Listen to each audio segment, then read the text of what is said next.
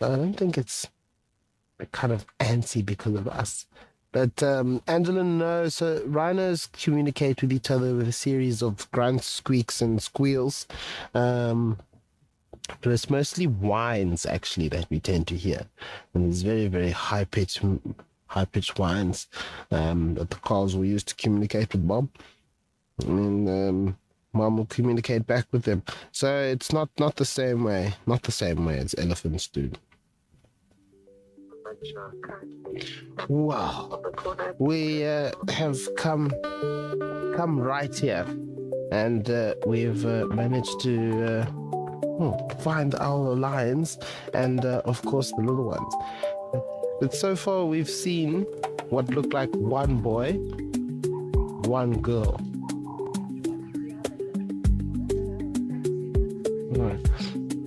So obviously you can see the one lion closest to us is definitely darker. There's one that's kind of smaller and a little bit lighter, and that's the one that's just delivering all the biting now, on the left-hand side of the two. So that's definitely female. And like I said, I thought the darker one was the male.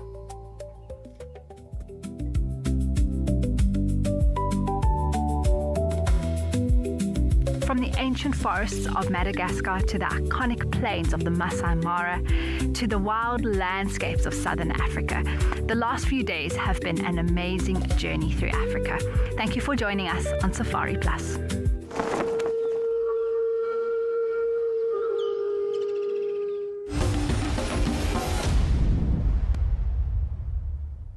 Discretion is advised.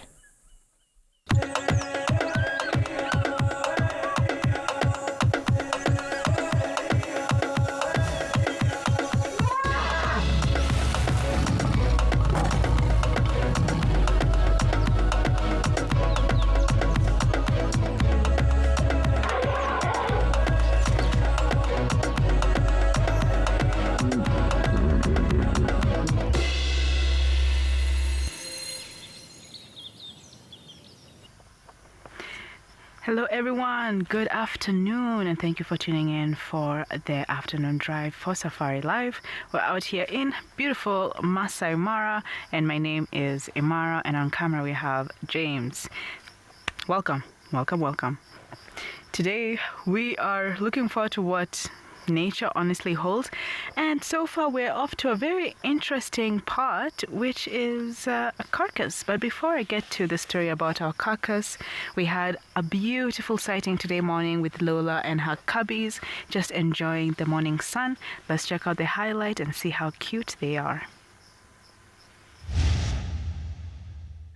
Look at that, 3 tiny cubbies. These are Lola's babies.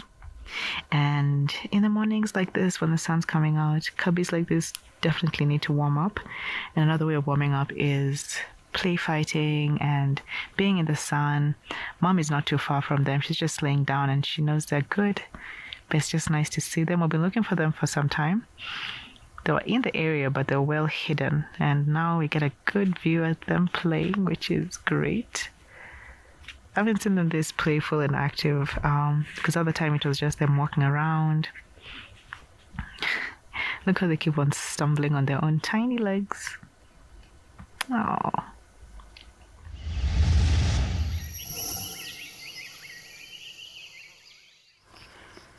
Oh, lovely cubbies. And guys, I'm not alone. We have Ian, Dan, and Seppo on the drive. We're hoping for amazing good sightings on their end too, but it being a beautiful day from the morning, action packed, and I know this afternoon will be the same. So guys, back to the mystery. So we have a vulture right there. So what I'm wondering about what's happening here is what is really going with this carcass. We have different vultures around here. We have the white-backed vulture, rupel vulture, and obviously the lappet-faced vulture. The one I'm missing is a hooded vulture, which is kind of odd. They're usually the first ones to arrive at any type of kill. But when we got here, we didn't see any sign of any big cat. Nothing.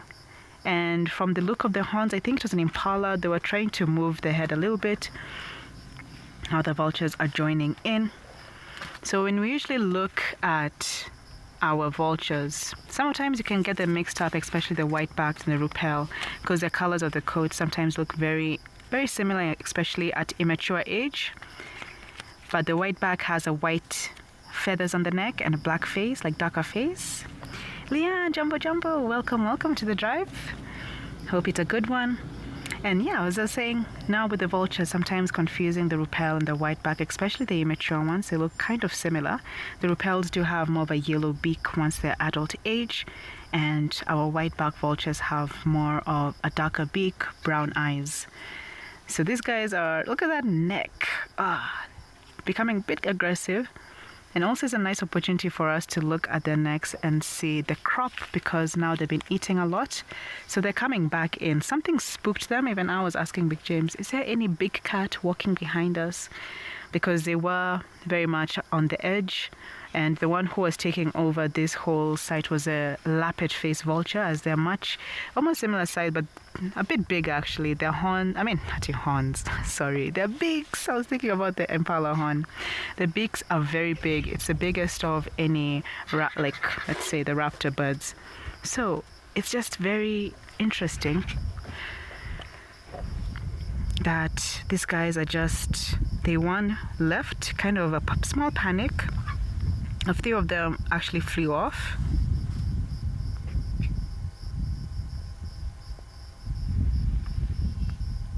Look at that, going in, being very aggressive with each other. I'm just waiting for the lappet face to join them, because it's standing on the side, but I don't think it wants to yet.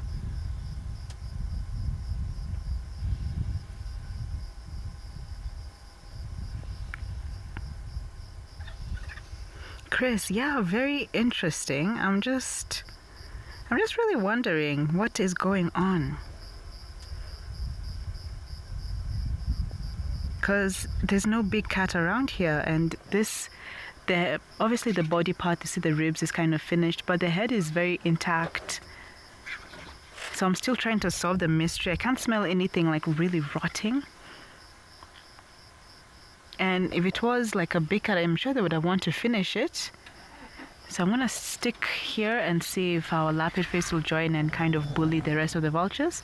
In the meantime, I'm going to send you over to Tsepo to see what his plans are for today.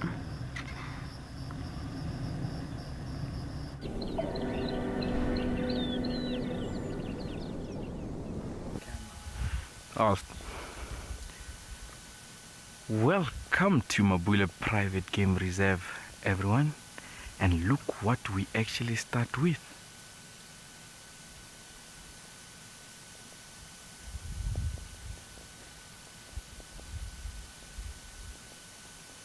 Keeping that eye contact with us.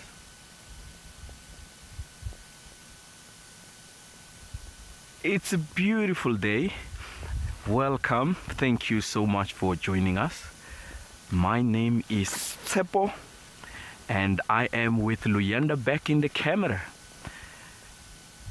We have a beautiful afternoon where we are in the open, and just everyone is here. Some wildebeest, blessbok, some zebras, some warthogs, and fork-tailed drongo.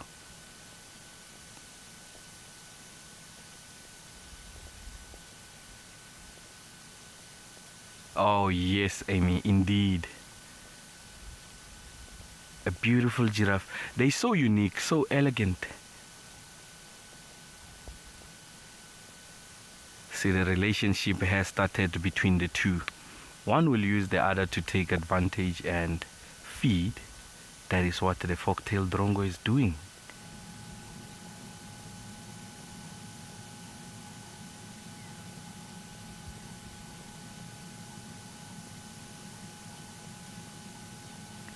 So often with fork-tailed drongo, that speed, so they will often also walk on the ground just like starlings, but they prefer more on the branches. And then when the giraffe moves and disturb insects, they can use that speed and precision just to go and have that meal immediately.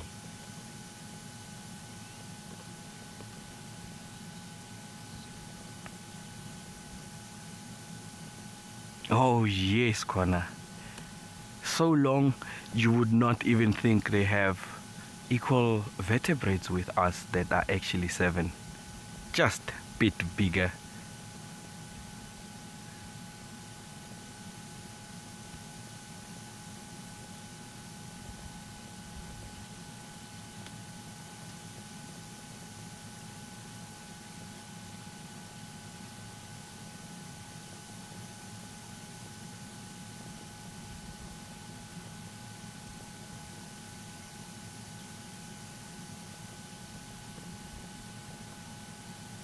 She's paying so much attention to us.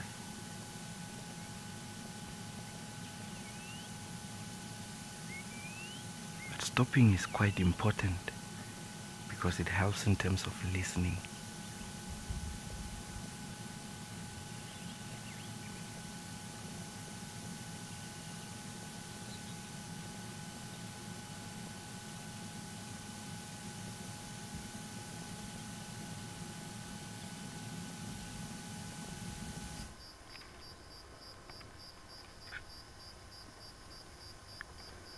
Oh, nice start with the giraffes. I love seeing the giraffes. Very beautiful, tall, as usual.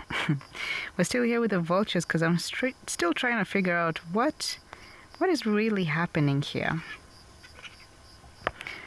Not with them eating, obviously they are eating, but the impala, because the head is very much intact, the meat does look very fresh, no sign of any big cat. So it's like, how did this impala die and how did it end up here? Because it's quite open.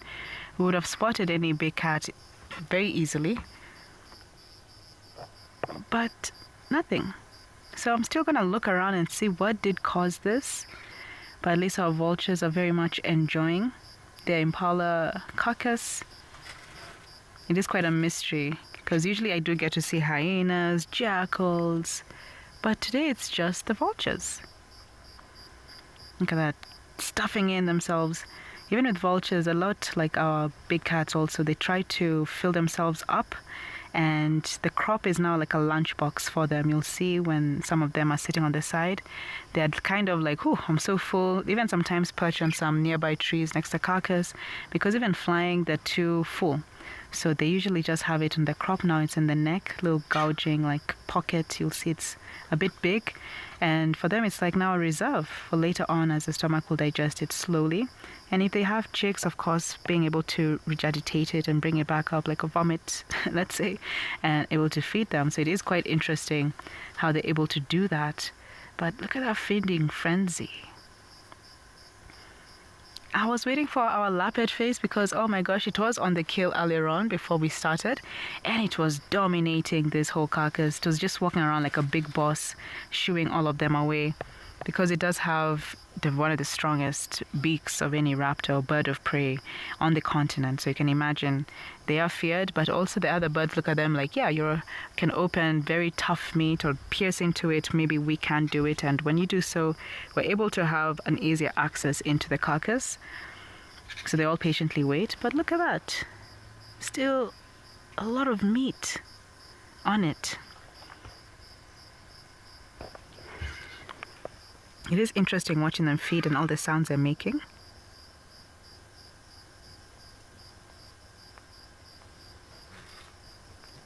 And you hear all those sounds.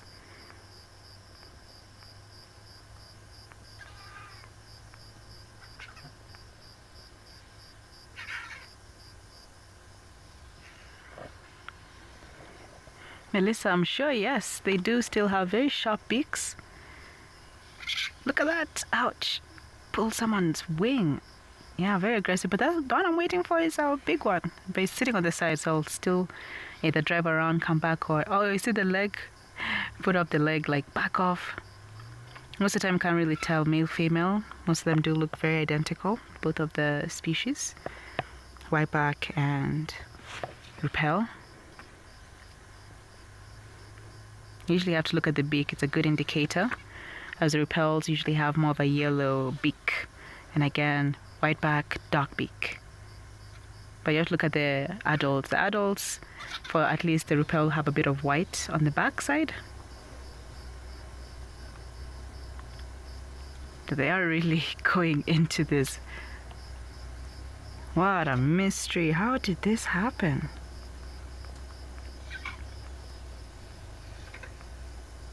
And they have such amazing eyesight, because we also saw when we're driving up a lot of them flying around. And they're able to fly thousands of meters above in the sky, which is very impressive. Oh man. We'll drive around and maybe come back later. In the meantime, we'll send you over from Masai Mara to Sabi Sand.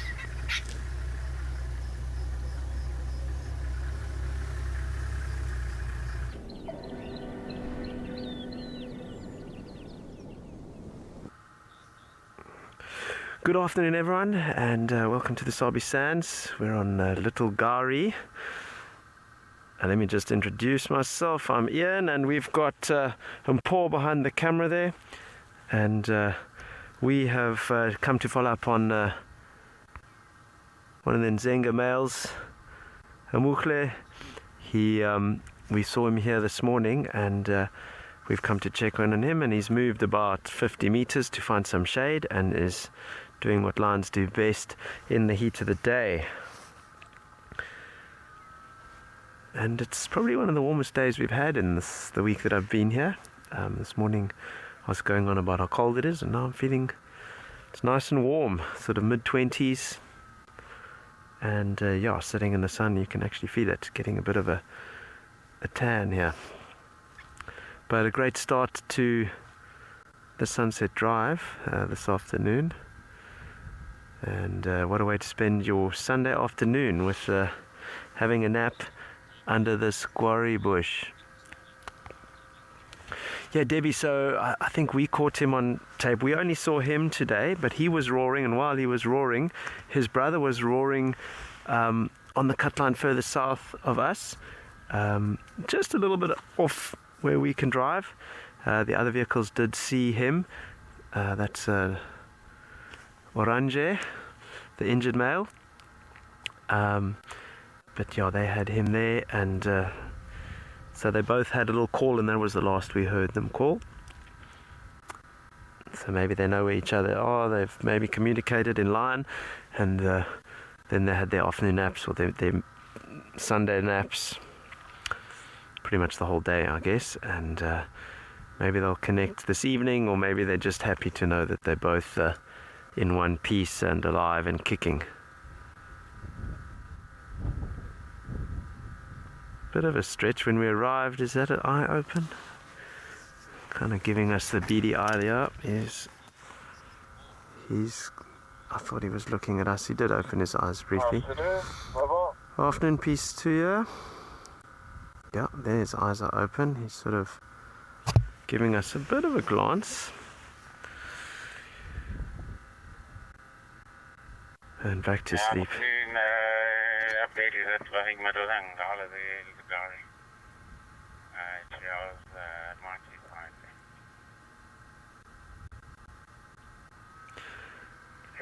Nice dark mane.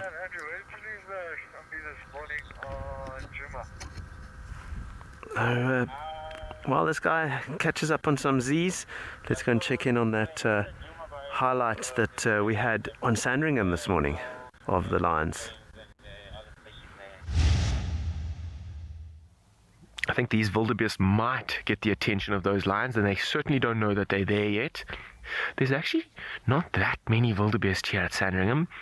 We see a couple in certain areas, but no like large groups.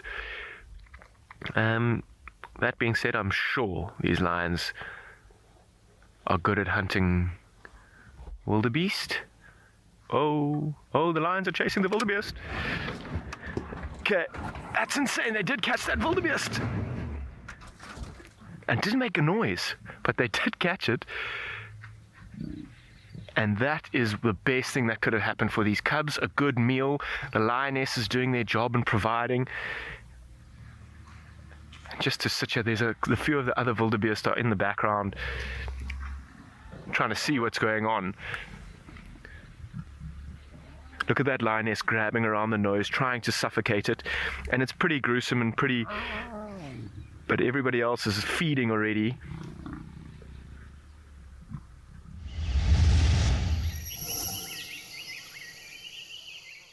Okay, what a crazy morning, and what an unbelievable highlight from this crazy morning.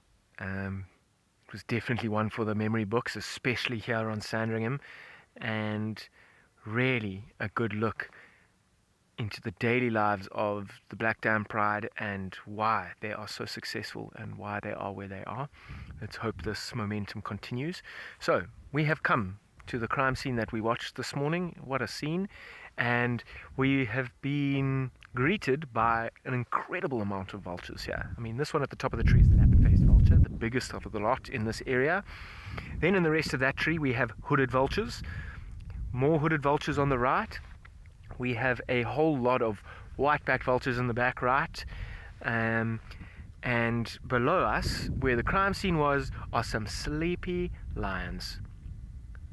You guys really deserve this rest after treating us so amazingly to the sighting that we had this morning.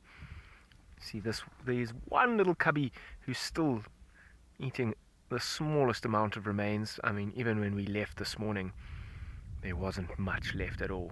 That big male had kind of dragged it away. I wonder where he's gone. There were tracks of one male lion on the road just before I came in here this afternoon.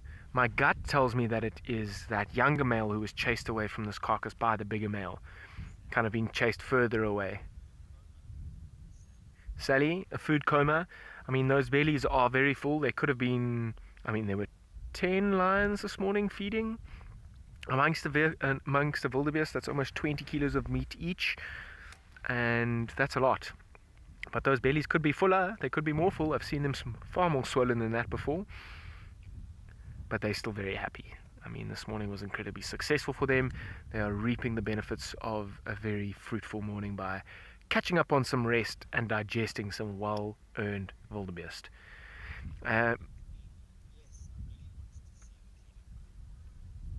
Amy, you really wanted to see the cleanup crew. Yeah, I mean, these are the culprits for the carcass, and they did a really good job at cleaning up. However, also an incredibly important part of this journey is the rest of the cleanup crew. And I know we've been with a few vultures up in East Africa, but these vultures are incredibly important to cleaning up. This doesn't look like there's much here. Certainly not for the amount of vultures that are in these trees. Not every vulture is going to get what it wants. You see, even in the far right of the screen, there's a tree that's full of white-backed vultures. And what's quite amazing is each of these vulture species, 3 of the 5, have got like a different role to play. The lappet-faced, which is in that left-hand tree right at the top, is much bigger, much stronger. He's got a very thick-set bill, and he's designed to see how big and thick that bill is. He's also got a bare head. Lots of vultures have bare heads to prevent their feathers from getting very smelly in and around carcasses. They're often dealing with blood and guts and things like that, so having a bare head prevents that from getting smelly and rotten. But that lappet-faced vulture focuses on eating like thick hide and parts of the skin, maybe some tendons and cartilage that gets left behind, ligaments.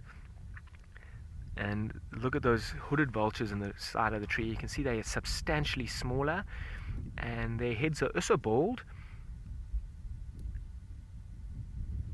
but much smaller bills. Those bills are not designed for eating thick skin and cartilage and ligaments and bone.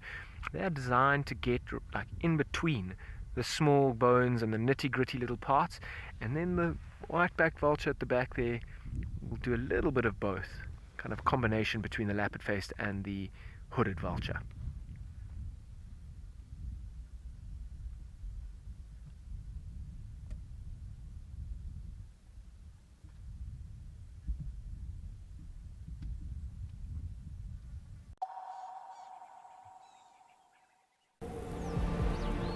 Can you hear that sound?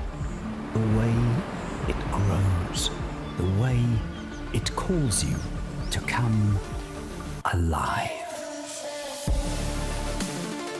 Can you feel the rhythm? The way it beats with the land? Do you feel alive again? Or maybe you never left. You don't just visit the wild, you return to it. My name is David. I have a wealth of experience being in African bushes for so many years. It gives me a lot of joy when I am able to translate what is happening on the ground. You're looking good. Jumbo to all of you. Let's go. Before you go back home, as my guest, you're going to take home a memorable safari experience.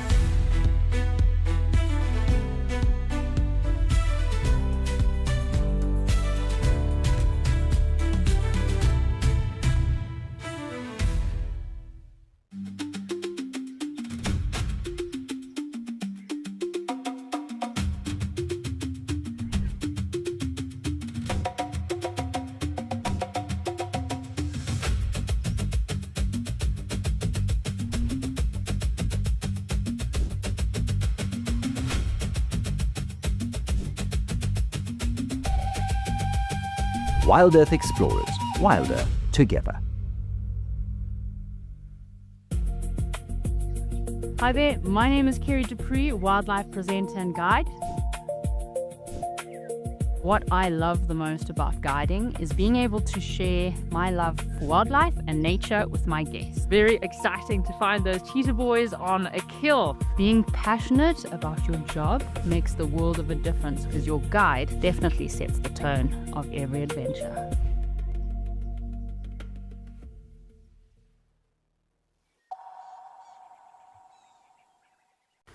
And also, if any lion saw this hippo, that would be a very tough one.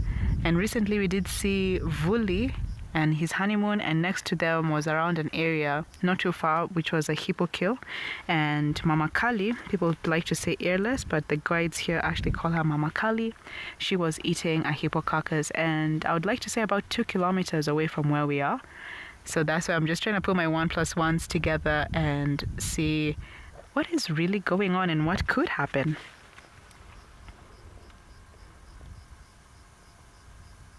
Wildlife lady, it is. I don't know if you guys can see how it's shining. That's not water. That is the blood sweat.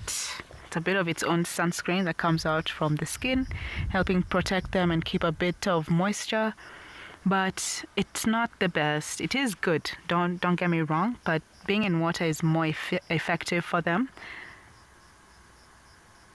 Yeah, I think this friend of ours is having some wounds. Maybe I just can't see them, or maybe they are in a place where it's tough to see. And it's pretty smart of the hippo to do so. They know that, hey, I'm feeling a bit overwhelmed in the water. I feel like my wound is not healing really well. And it keeps on looking at us, but the skin is very shiny. It's just in different angles. Oh, I see the wound now. It's on the back leg. Can you guys see something white on the back right leg? Yeah, that looks like a bit of that open flesh. It's not bleeding, it's just like white in color. But I think that is the part that our hippo is trying to dry out. And I'm sure that if it does feel too uncomfortable, it will go back to the water and keep cool. But this is really interesting to see a hippo out and about during the day like this. We're going to fly you over to do some birding. Let's see what beautiful bird you guys are going to see on the screen.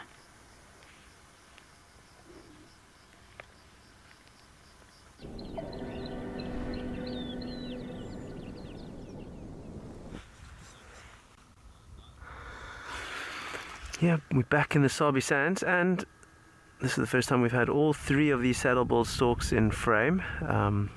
We've just been sitting here with the male, who we did a segment on the female and the male, and was sort of, I wonder why they're not together. The male is the front left one, the female's behind in the distance. And while we were sitting here, this youngster joined them. So a nice little family reunion. They didn't look like the tightest family, but the excuse me. Yeah, make your way. The male was looking around. Let me just answer this quickly. Yeah, that Ngala, he's north of the Marti, about, I don't know, 500 meters from the pan.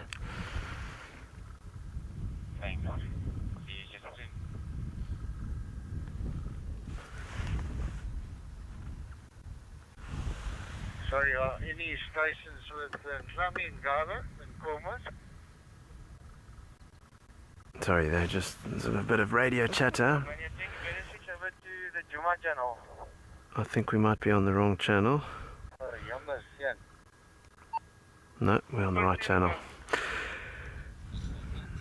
Yeah, so nice to see these 3 saddleable storks. We did see the male and the female separately, and now they've got a baby or a youngster that's joined them. I was trying to do some research, and it says the fledglings sort of stay with their adults for about a year, 1 to 2 years. So that I found quite interesting. It's amazing what you learn when you try and prepare yourself for some questions on the show. Beautiful storks, really are quite iconic. And what is quite interesting is, and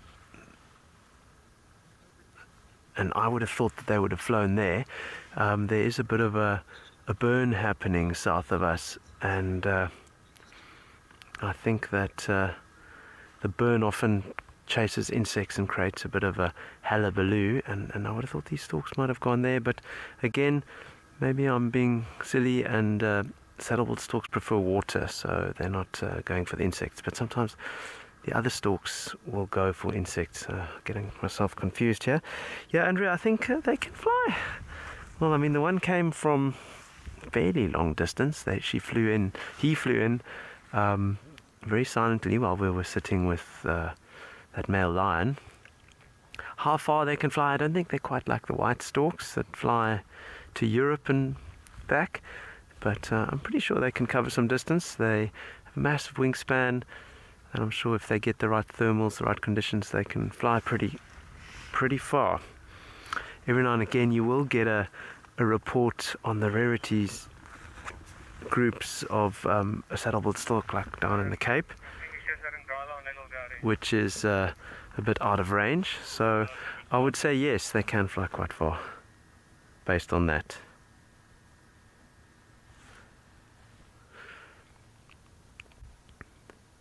But we kind of stopped a little bit far away from them as we wanted to get a bit closer, and then I could see the male was sort of giving us a bit of the look, and so we just stopped here, and they just walked there. Yeah, Elka, maybe one year, but I guess they're programmed to procreate. And to be honest, I mean, we've seen both of them on their own without the baby, so maybe this one is getting on a bit. But from these birds, let's go and check in at Mbula and do some birding with Chepo around the waterhole.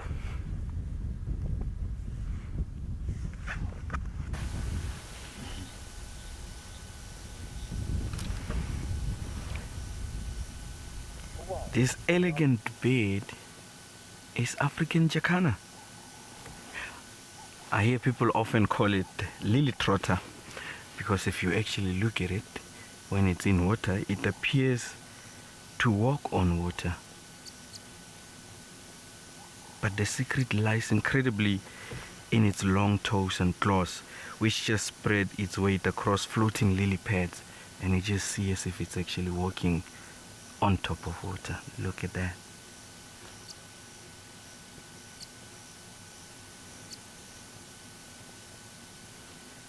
Those long toes allows it to reach places that many birds can't simply reach.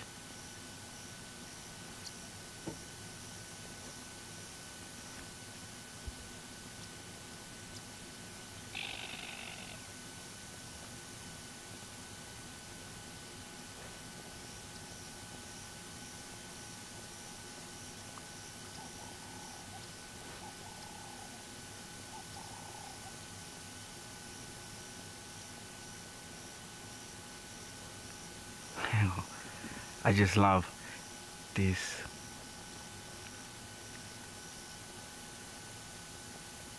Ah, indeed, Christine. Indeed. That the bright blue bill as well, and that frontal shield becomes especially striking during that breeding season. You just get it becoming even more.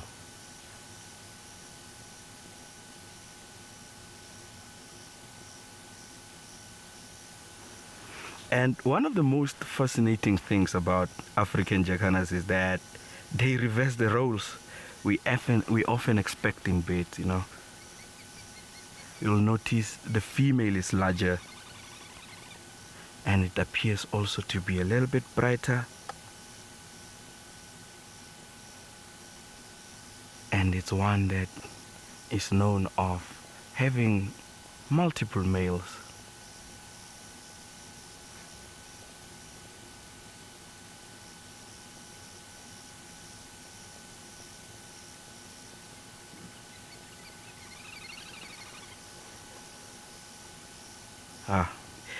What I love about the African jacana is that it reminds us that in nature there's no single way to actually raise a family. Here, you'll notice it's the fathers the fathers that do most of the parenting, while the mothers are the ones that actually defend the territories. It's just wonderful example of how diverse and surprising the natural world can actually be. Because often you expecting the males to be the one protecting territories. And here the roles are reversed. We often see how the females are the one that are taking or raising the young ones.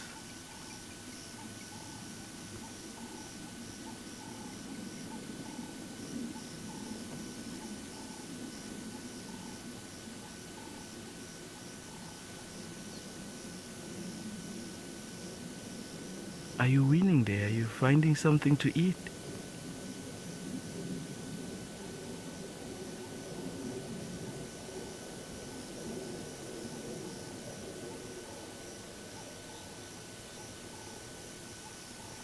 But we're going to be here learning a little bit more about its behavior. But in the meantime, Daniel is out of the vehicle. Let's find out what he's doing out of the vehicle there.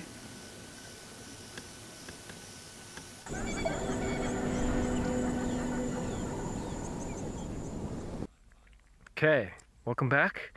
And we've got an interesting question here. We've got tracks of a male lion. Here is his back pad. And here is his front pad, big front pad, very wide. The back here lionesses are not quite as wide. And we've just left that where that wildebeest was taken down this morning. And we had a look at some of the females and the cubs, and they all seem to be having a great time. But we didn't see that shikakutsu male, and we didn't see that young male. Now, if I were to guess what has happened here, I would guess that the younger male was the one that was kind of pushed away, and these are his tracks. That being said, and it looks like just tracks of one lion. It might be that the younger male is being chased away by the shikakutsu male, and kind of coming down this. That's the only reason that a lion would leave a carcass like that, is that they're actually being chased away. That's why I think that it's the young male. The only way that we are going to tell is if we track and find this lion. And I don't think he would have gone too far, even if it was the younger male. He had quite a good feed this morning, and he's probably just trying to make some space between himself and that big male, and the kind of like added pressure of hanging around there. He doesn't want to do it. Maybe this is the shikakutsu male that's kind of chased that younger male away already and trying to catch up again. I don't think that's the case, but let's get back in the vehicle. Let's see if we can follow these tracks and see if we can find this male. And while we do that, let's send you over to Ian, who's doing some birding.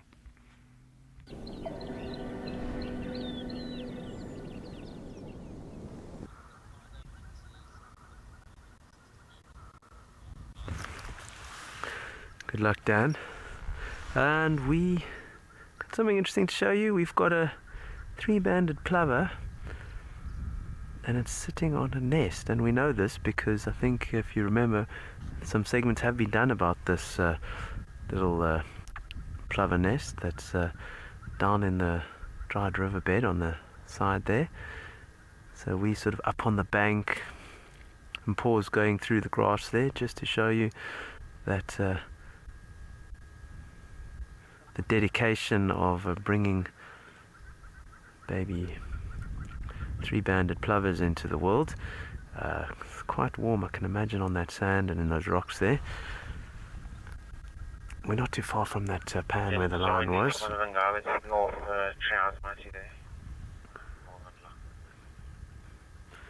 But I believe they should be fairly imminent in hatching, because it's been a couple of weeks, maybe three weeks, 4 weeks, and I think that's about the time that it takes.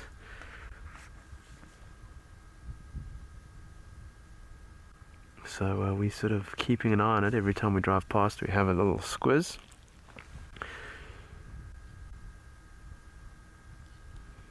This parent just bobbing up and down.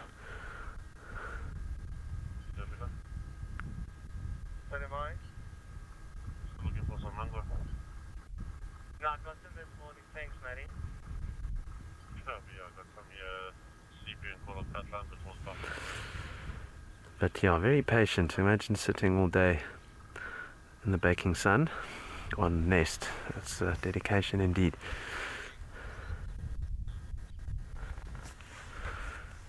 Greg, I'm not going to try and do it. It's like a sort of a beep. No. What I am going to do is see if I can. I don't know if you can hear that. Oh, I mustn't play it because you can see, looked, heard. I don't know how you would describe that onomatopoeically.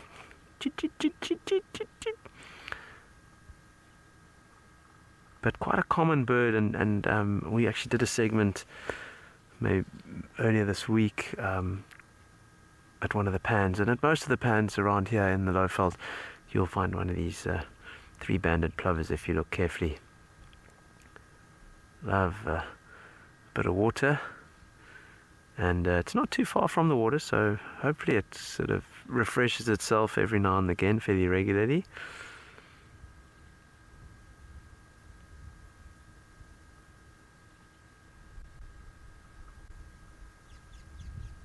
But I'm getting thirsty just watching it sit there in the sun.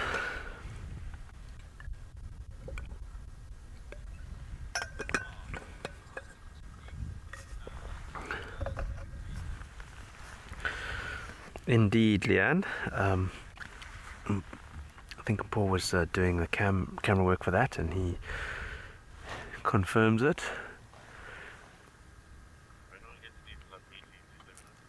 So, you know, I saw some pics, and it's so camouflaged. But obviously much easier to find the nest with the bird on it.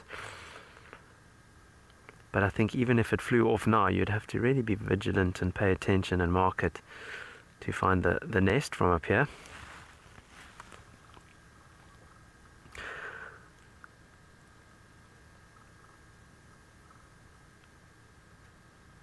But yeah, it hasn't moved from the nest. It's obviously bobbing up and down.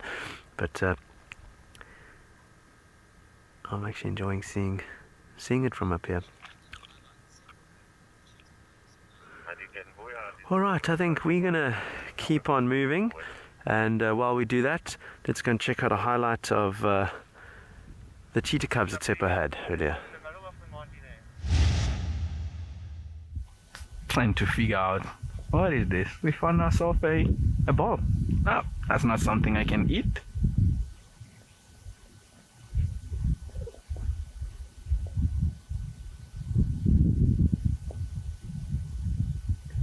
You can start seeing them, they're losing that at the back. And they love climbing on the mother's back quite often, that I've noticed when she actually lays down. There we go, mommy.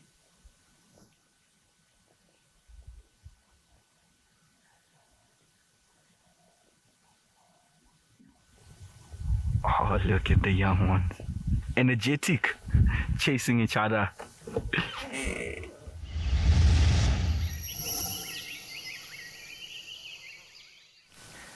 It's always amazing to see the young ones playing with their long legs and just going crazy all day while the mother just keeps her head up and just focuses on their safety while she allows them to be playful.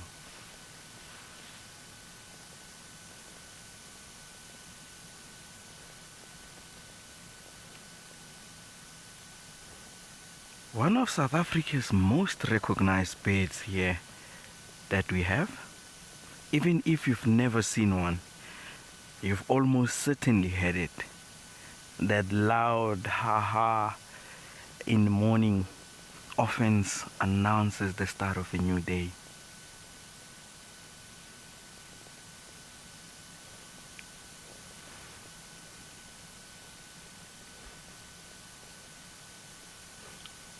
That long curved bill is a perfect tool for probing into soil.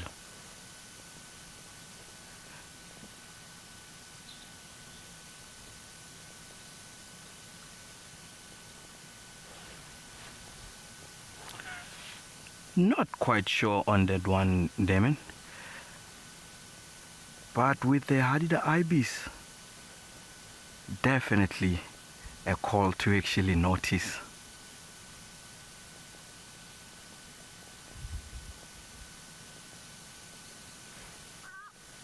That long curved bill, you'll see it's a perfect tool to scratch themselves like they are actually doing now. To be able to remove anything that crawls.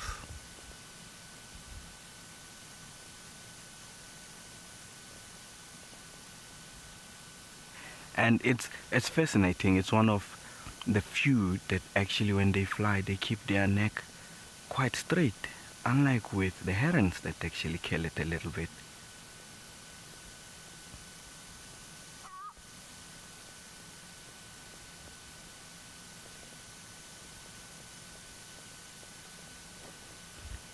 And although they can look dark from a distance, sunlight just reveals this beautiful metallic green and purple on their wings that is just amazing to see, especially in the right sunlight. I often say it's a reminder that nature often hides its brightest colors until the light is just right.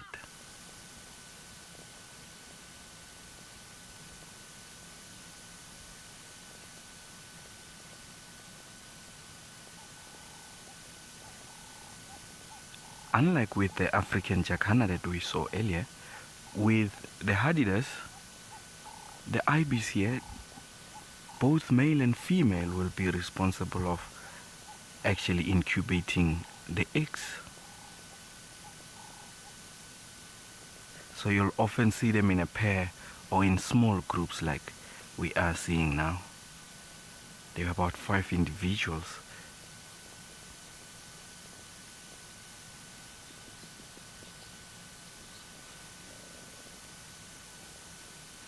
Oh, definitely, David. Definitely. It helps because they cannot actually see underground, so they rely on the touch to detect earthworms, beetle larvae, and other invertebrates hiding beneath the surface. So that beak has to go a little bit deeper underground. Hence, I do believe that it can definitely cause damage.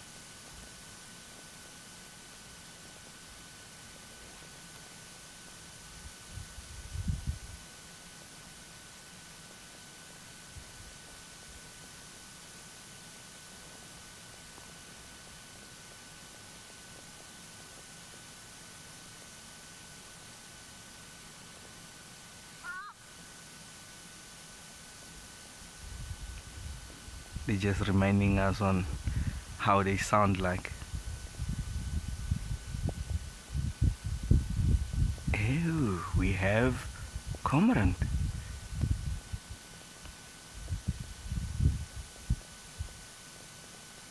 Isn't this just beautiful? trying to try its wings. Yes.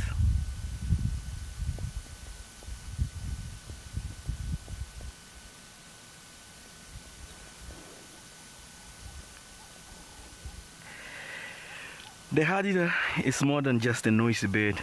It's a call to become that has just become the soundtrack of many South African mornings, reminding us that every sunrise just brings another chance for life to begin. While we are still here, I'm going to send you to Imara in Mara, close to the Mara River. Yes, here at Mara River. I wanted to show you guys where the hippo will be living, because we did leave it just enjoying the grass and maybe most likely drying out its wound. But this is a home of the hippo. I know I've been spoiling you guys with all the hippo jacuzzi on the other side of the Masai Mara. Decided to come and give you a better, fresher look at other hippos living in a very much different environment here in the Mara River. You can see some of them actually there in the background, the river flowing. There's a lot of crocodiles in here too. It's a place where the wildebeest and zebras would be crossing or like to cross. I hope they do soon, but if not, it's okay. But it is quite a beautiful area.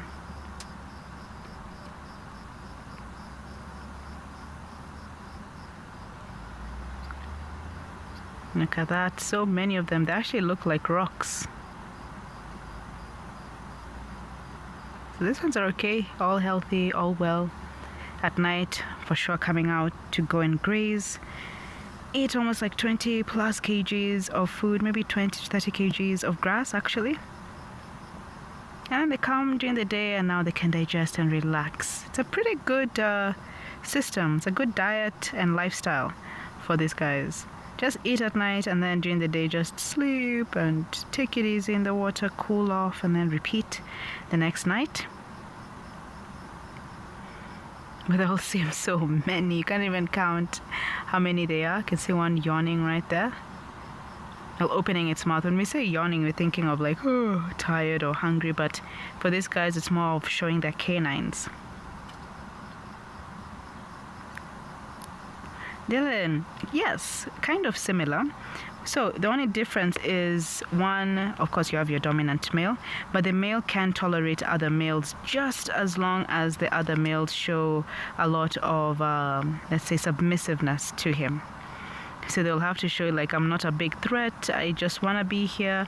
And if you do so, then you're in his good books. But if not, there'll be fights and you need to have at least a dominant male in the pool. So usually you do have the young females and their calves there, the young ones. And then the boys, of course, once they reach a certain age, they are kicked out by the dominant male. And again, if he does show submissiveness, you can stay. But if you don't, you gotta move on, go find a bachelor pool, and you can hang out with them. Ooh, look at that.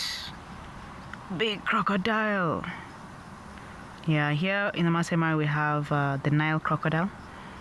They get really big, not as big as the saltwater crocodiles, which, my goodness, are much, much bigger. But the crocodiles here are still big. Like, look at that size. Look at that tail. The tail is literally the length of the crocodile's body. And the tail also plays a big role in the daily life of the crocodile, from swimming, of course, moving along. And also it does store fat. That's how they can go pretty long without eating. Hi, I'm Amy Krantz, Wild Earth presenter and private guide. I'd love for you to join me on safari. There it is! What I bring to a safari is a genuine love and care for people. To be able to create a memorable, special experience brings me so much joy. That's what takes a normal safari and makes it extraordinary.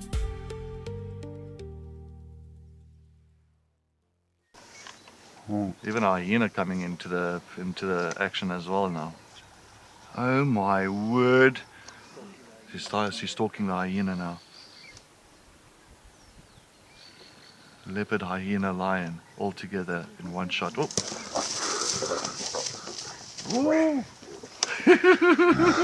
This is action-packed.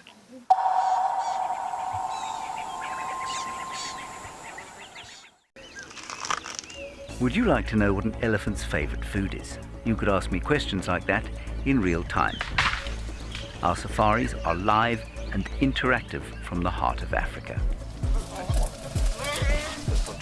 Over here. Watch Safari Live and connect with nature.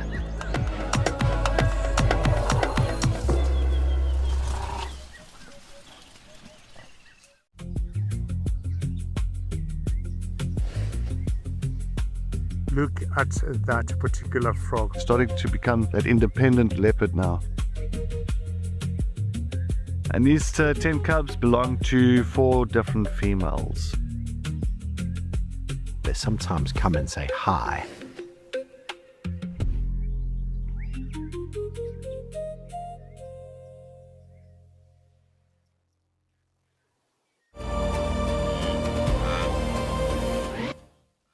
We know that adverts pay our bills, but you don't necessarily like them. So, this is a fantastic way to stop being interrupted. Sign up today and you'll get instant access to wildlife. 24/7, ad-free, live and on demand.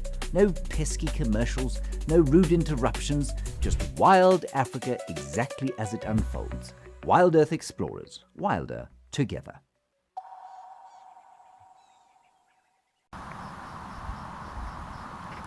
Oh, so guys, this is relaxing, nice. Let's check out a virtual safari in Zambia. Let's see, let's take a look. Maybe you'll want to go on a trip. Let's check it out.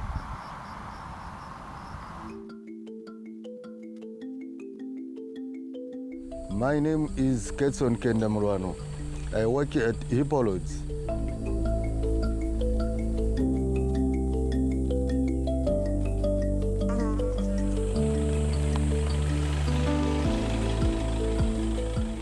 Welcome to the hot spring. This is our hot spring here at Hippology in Kafue National Park.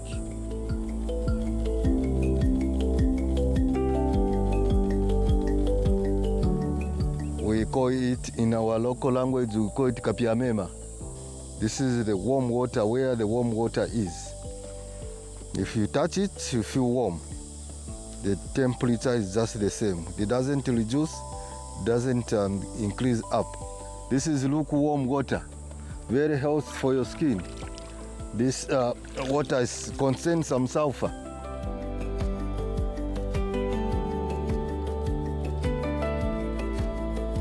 All right, we are having a very, very good view here, where we can see a lot of malabo stalks. Just recently, we've been seeing the warthog drinking some water there. Unfortunately, I'm very, very much surprised. Unfortunately, has been chased away by hamacops.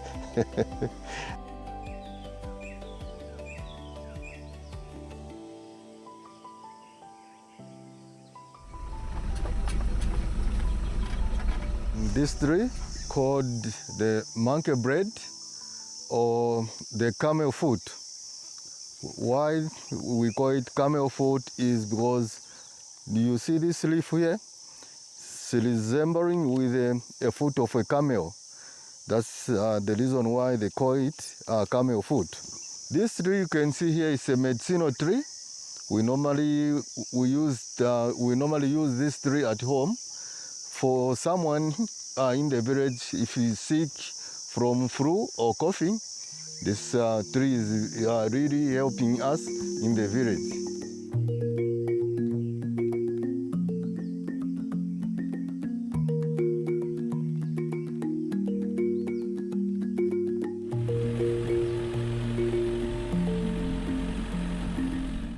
This tree here is called Euphorbia tree. This tree here is a medicinal tree, very useful at home by local people. If you dig it there, you get some roots. That helps us if you are sick from the stomach. If you have a problem of the stomach, just go to this tree again. Get some roots, clean them nicely, boil them. you drink, your stomach problem will go.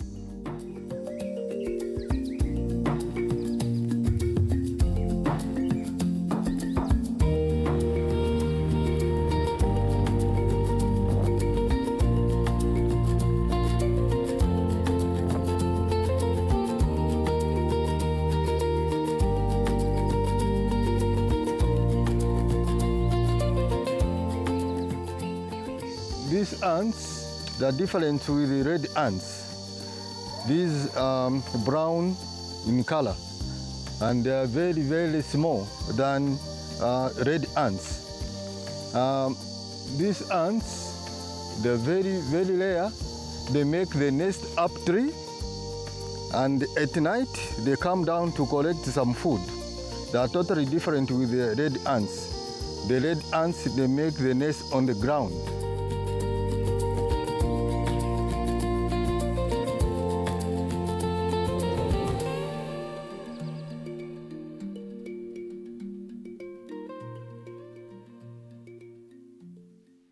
That's a really awesome look at Kafue in Zambia. It's actually a place I haven't been before. I've got really good friends who stay up in Lusaka, and we travel a lot of Zambia before, and it's one place we haven't been, so I need to get there. It'll be very exciting. We've actually got to a very interesting dilemma in our tracking of this male lion who's left that carcass, and we tracked his tracks over the previous road down towards the river. My guess was he's going to come straight down towards the river and maybe have a drink or settle down there. I've just driven this big bend in the Timbavati, saw nothing, but we did find tracks on the road. It was tricky for me to tell if they were the tracks from like this afternoon or from last night, maybe a different male that's walking down the road. Sorry, jeez, that gave me a fright. I suspect that it is the lion that we are tracking going that way, but I've got a very short bit of road, and I think the game path that he was walking along, if getting to the river was his intent, is coming up. So I just want to double check. I do think that these are the tracks, so I just want to double check this junction, then turn around and follow them the other way. I really would have guessed the young male, because I think the young male was chased, and I think he did get a good feed. He got a good feed, so I thought he would be looking for water in the river, but who knows, he might be a little bit further down the stream. Agnes, you're getting excited? Yeah, let's see how this goes. We know that they are fresh. We saw that male this morning. He was feeding, and one always just guesses that lions don't move when it's hot, and today was quite hot. But I think this is pretty basic. Here's the junction. Okay, I'm going to turn around here and I'm going to head the other way and go in the direction of those tracks. I think they are him. It's like pretty confident. And while I do this little turn around, why don't we send you to Ian and see what he's up to?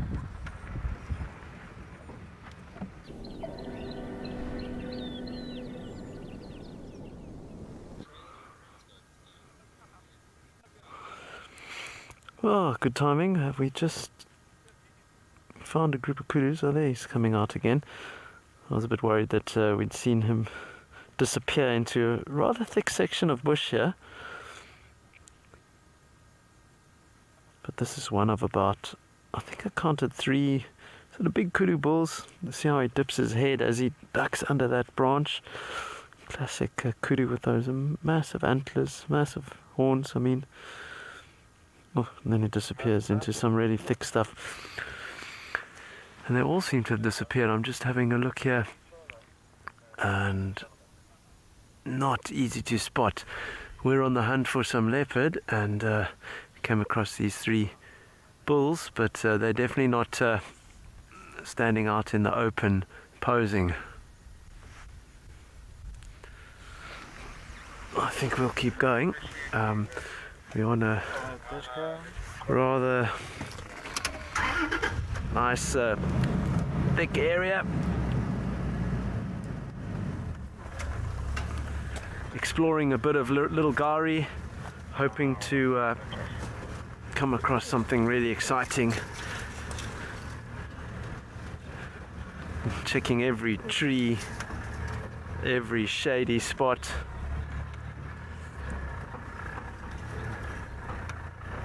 Samantha, I mean, the kudu is remarkable. antelope, you know, so big, and the way it just glides under that branch. You know, you'd think that all those curls that get tangled a lot more often, but it doesn't seem to be the case.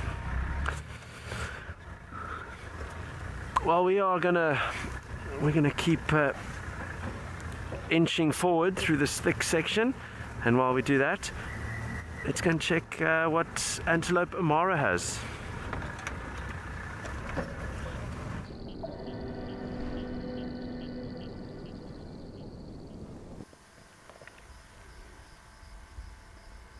Oh, yes, lovely antelopes here. We have a male impala, but look at the one behind. That is a hartebeest and its calf. Very cute. Very adorable. We saw it earlier on. I was like, yeah, we gotta check up on this too later on. The baby is doing pretty well.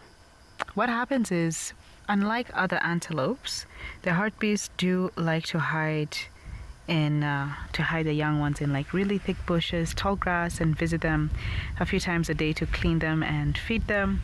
But I think this one is looking a bit old enough to also keep up with the rest. It's not the only hartebeest here. There are a few more around, but these two are just looking adorable, and I think we're heading to that season of young calves being born here in the Masai Mara. This is the same area we got to see our impala calves, which were yesterday. 2 moms, 2 young ones, and now we have a hartebeest one. It looks very similar to even how the topies look like when they're pretty young. So adorable, full of life, so curious. And at least mom feels more confident to not be with it the whole time. Of course, she's nearby, but look how tiny this young one is. Very vulnerable still, because it takes a few weeks for them to now come back to the herd, because they need to be strong enough to be able to escape predators. Look at it, it's so cute. I was also hoping to see our impala calves too. But there is mom. This is the hartebeest. Very similar to the topies. The topies now have more of like darker color. Their coat is very deep in the scent is brown, and also a bit of, it looks like bluish, purplish. Very tough to say what color, but they are known as blue jeans. The harpies are very similar, but the horn shape is different, and the coat color, as you can see right there. Hey mama, you're doing pretty well. You have a young one. And once the young one is by 4 months, it doesn't need to be with mom like as much, the weaning is over. Jackie, oh wow, I didn't think about that. Now, since you've said it, I don't think I can unsee it. I think that's very interesting. Yeah, they do actually. Now I see it. They do have like goat-like eyes also. And also the topies, again, very similar. Cutie pie joining mama. It's good for them to come at least this section. It's open. With a lot of herbivores, being in the open grass, not only, of course, the short grass is really nutritious, but you get to see much farther out.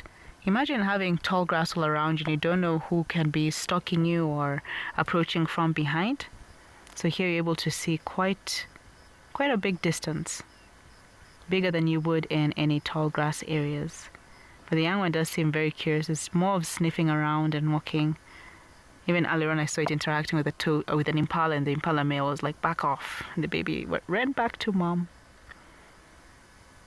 And look at those horns. It's another hartebeest. That's a nice frame.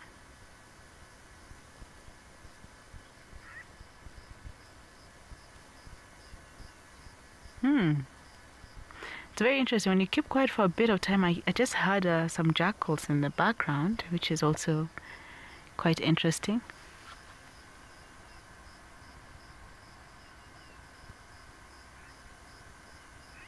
Oh, there's always something happening here in the Masai Mara.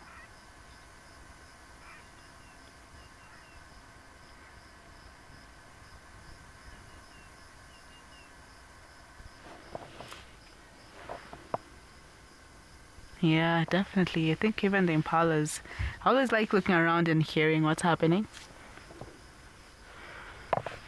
because just like right behind us we have some impalas, and there are two males now just staring that way, and on this side I got to see some movements. My goodness, I don't know what's going on. I'll try to check up on them later.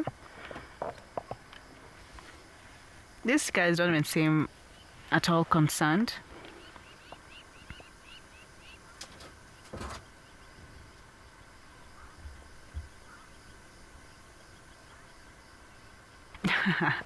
Now they're looking. Yeah, now they can see them.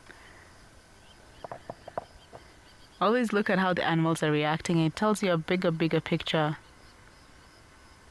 of the environment. Glenn, yes, this is fantastic. I love it too. I was a big fan of seeing our young characters when they're tiny. Because they're just so cute and adorable to watch, because for them everything is a first time, a lot of it.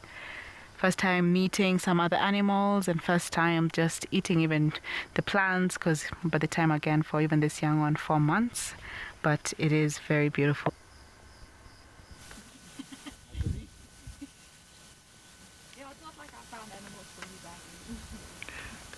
We are back with a little bit of a house there.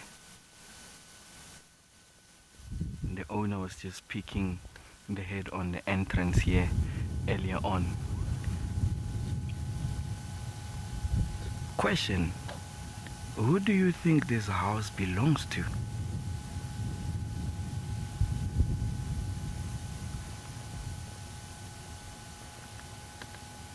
I'm going to give you a clue of they are nocturnal. So we're hoping that he actually comes back a little bit to the entrance and just say hi again.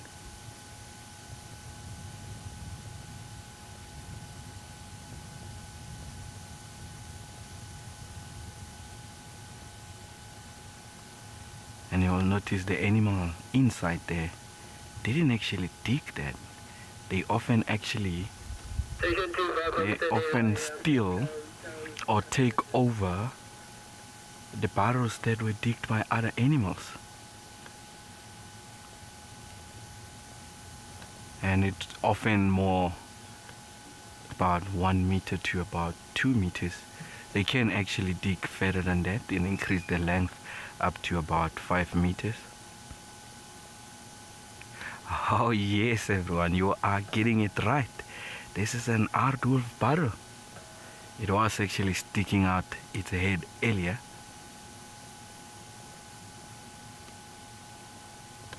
And that behavior is often seen in cooler times like winter. He will just rest on the entrance there. But you will notice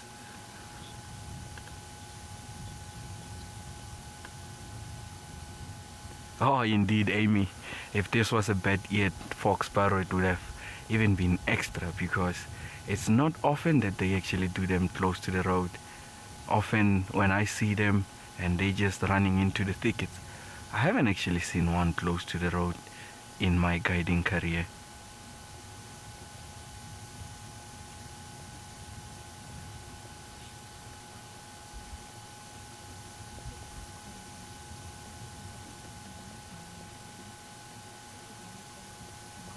And you will notice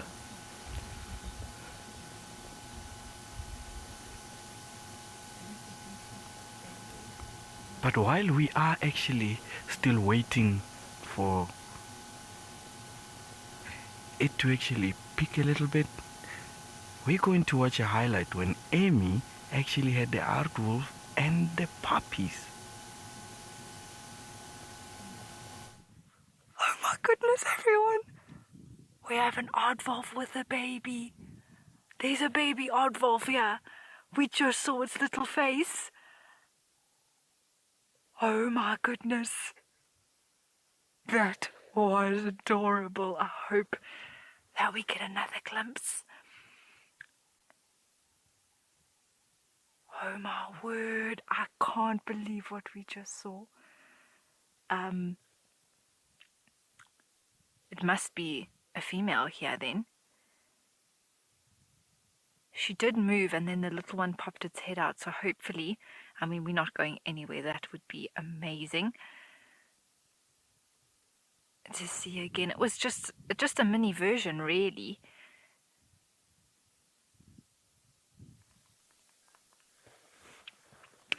Oh, there's two. There's two. They're playing with each other. No ways. Oh my word. This is spectacular. Oh no, this is too much.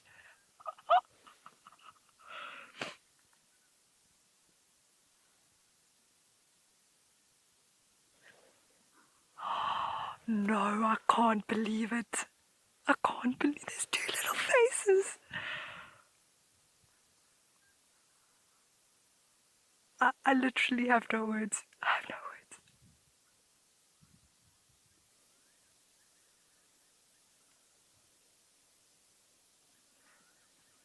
There we go, Mama.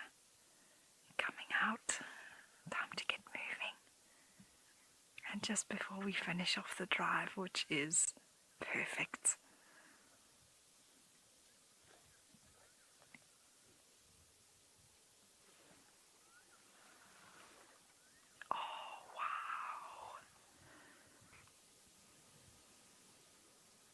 Well, everyone, what a show. Oh, what perfect timing is that? Off she goes. The little ones are going to stay there. She is off. This is unbelievable. What a way to end the drive. I cannot believe we are seeing this right now. And Mabula magic, what can I say? Oh, baby aardwolves are adorable. That must have been so a few years behind, 2024, but that must have been incredible to witness that. So Amy was pretty lucky, and I'm sure so excited to see that. We have made our rounds, and I wanted to come back and check on this carcass, our impala, and see how it was going to, any updates. And so far, yes. There's a hyena in the background, but I think the hyena is cautious. He's wondering, what do you mean it's just vultures around? There's no big cat around, so they like to take their sweet, sweet time, especially when it comes to such moments. You can't risk it. You don't want to go into a location where you don't even know what's around. So the hyena, you see how he's scouting around? It's like no big cats, no lions sleeping. Hyena, we did the same thing. We were wondering the same exact thing. Because it was running, and again, amazing sense of smell for these guys. 5 kilometers about for them to smell any carcass. And this hyena, I'm sure, was just around and being like, I smell something. And also the vultures when they're flying is a good indicator of a carcass. That's why cheetahs prefer to drag their carcass into a bush. Sarah, maybe. Not entirely sure. It is very tough to tell by how far it's been eaten, and we were not here for the whole process of like A to Z, let's say. But I don't know. It's a big mystery right now. What's going on, hyena? We trust your sense of smell. What's up? It knows it can take it. It knows the vultures won't finish all of this right now. But it's so cautious. Hyena is wondering, are you sure there's no leopard? There's no lion? Especially lion. Oh, they really do not like to be around lions like that, especially if you're alone. There's some lions out there who are known for killing hyenas for sport. Literally just for fun. Especially if they're next to, even like come close to a kill. Big males, they do, some of them do that. And a while back, actually, I remember seeing that on a kill site. There was a dead buffalo, there were lions around, and then not too far was actually a dead hyena, which was killed by the lion. So that's why hyenas know if I'm alone, I have a good sense, I have a strong bite, but can I fight it alone? Can I defend myself? Leanne, well, today is your lucky day. We do get to see the hyena, spotted hyena of the Masai Mara.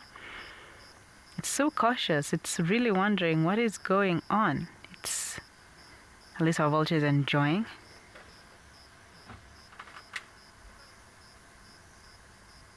But this impala, I'm just so curious. What happened? We were here today morning. That's another thing. We didn't see any sign of vultures or big cats. No sign of death, let me say.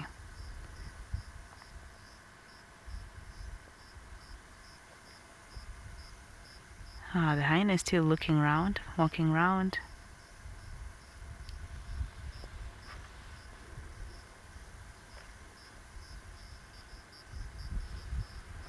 Danny, I think they are, but I've never seen. They're very tough to see. More nocturnal.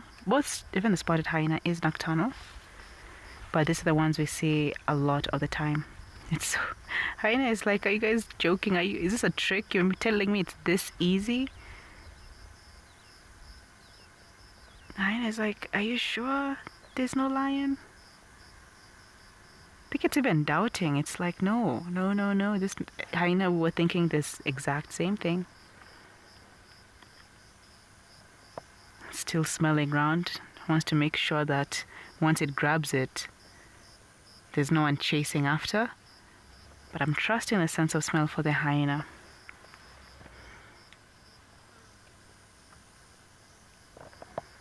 And back to the vulture.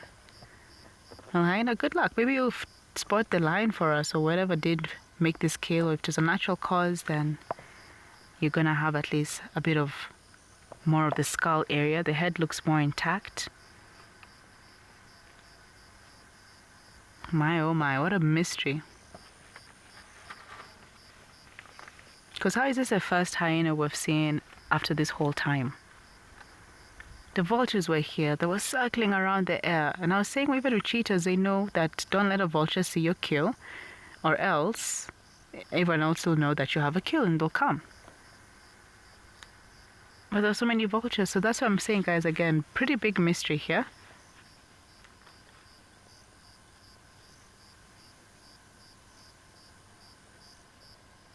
Julian, I have a lot of favorite animals. It's really tough to pick one because they're all unique in their own way. I'd like to say that it's pretty cliche, but I love leopards. They are quite beautiful, elusive, but it's just like their aura. They carry a presence with them. Especially like there's a leopard here in the Masai Mara called Faulu. She has beautiful like hazel eyes. And she's tiny, pretty tiny, like she can reach my knee area. But she's so powerful, she's so confident.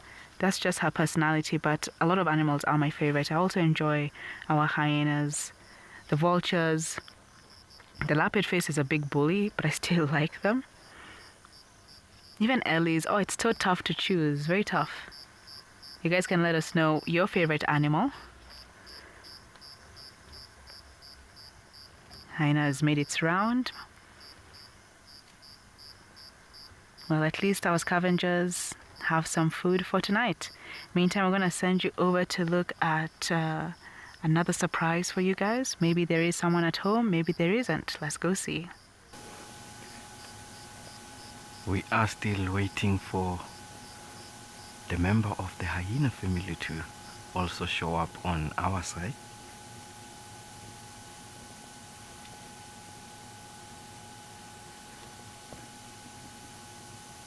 It's a specialized member of the family of hyenas. Because unlike what we just saw with the spotted hyena, they are bone-crushing relatives. The aardwolf has almost abandoned meat altogether and survive mainly on termites. So tonight, that little predator in there will walk slowly through the grass, using its excellent hearing to find termite activity. And as we know, with its long sticky tongue, it can eat between 200,000 to about 300,000 termites in a single night. And they do it without even having to destroy the colony of the termites, because that ensures there's food to come back for another night.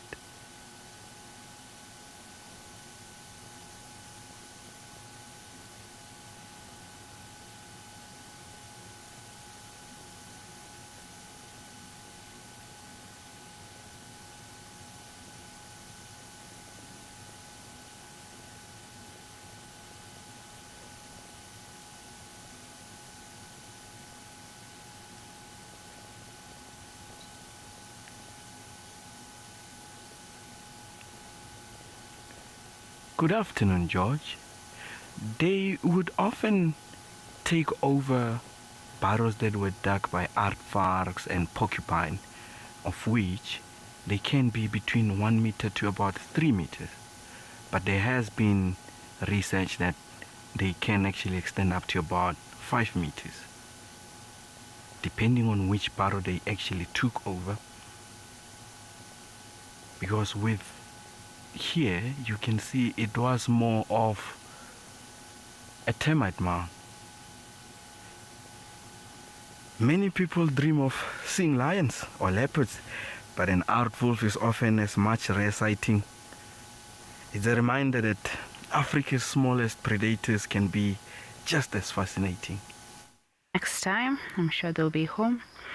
And our hyena finally has checked around the area, said there's no one at home, there's no lion, and now has dragged away the impala head and what's remaining.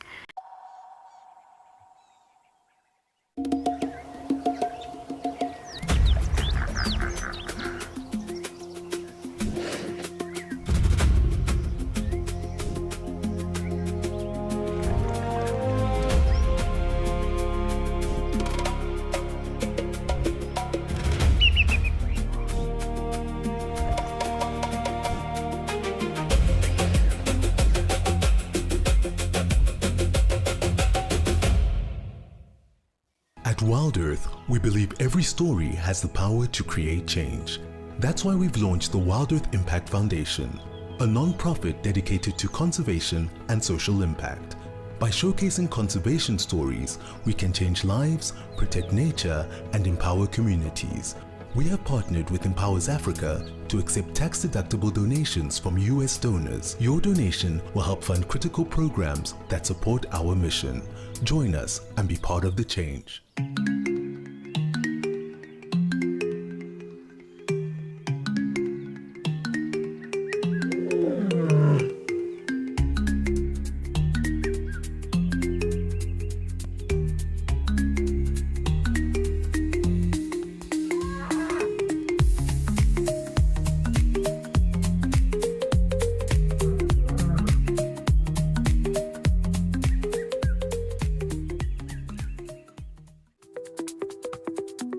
Sign up today and you'll get instant access to wildlife. You'll also have access to our post-produced content, like a Wild Bush Week. Textbooks tell us that a ratio of 3-to-1 hyenas drive off lionesses. SafariLIVE Catch-Up. We have got some doggies that are on the hunt. And even that sort of cult favorite, The Wild Show. And the little one has made it out and hopefully will rejoin the herd. Wild Earth Explorers. Wilder.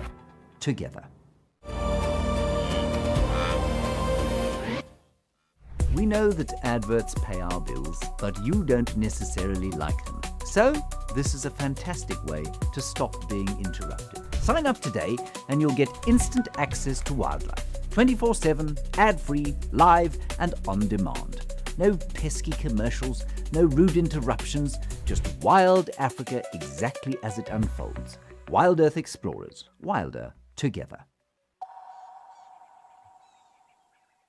Because we're driving down to the river and then we noticed, hold on, there's a lot of vultures. We're thinking, what's going on? Then you look down, you're saying, there's a horn. That looks like an impala horn. And then, of course, everything started unraveling, but not the cause of death, which I'm still very curious about. We didn't hear any signs of any big cats around. I don't know if the impala maybe was fighting with another impala and then maybe injuries or just natural cause of death. So there's no certain answer to that. Our vultures look kind of disappointed. They're like, we can't fight a hyena. Hyena's taking it home.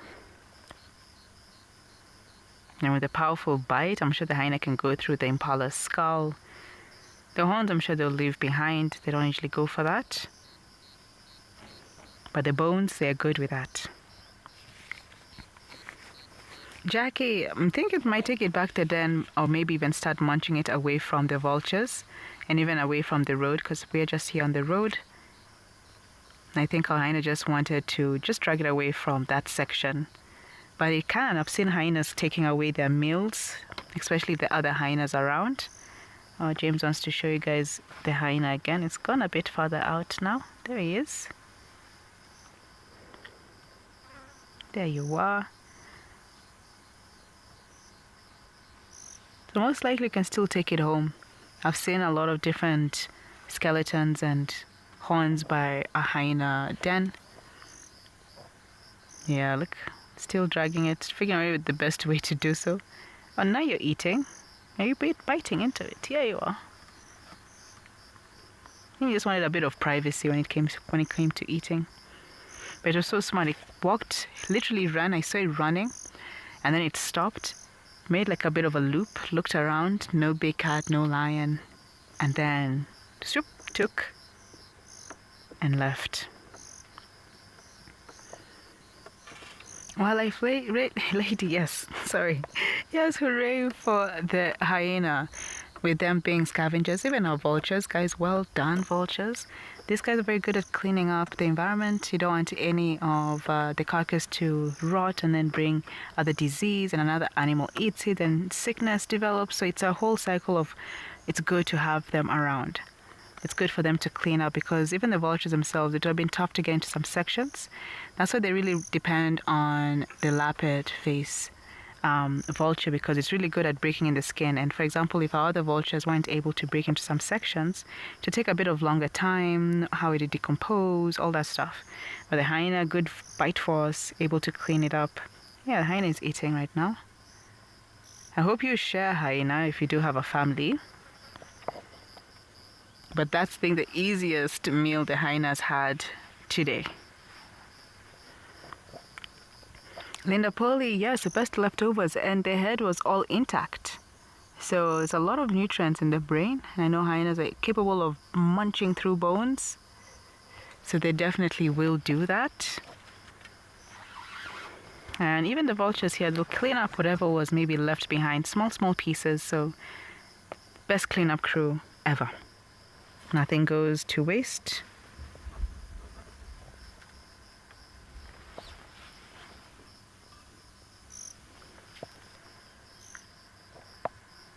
He's still looking around. Vulture, it's gone. It's gone. The hyena has it. But that was great, guys. Wow. We got the beginning. Well, not the beginning. Let's say the middle and the end. It's always good to come back and check updates, especially if it's something that is not finished.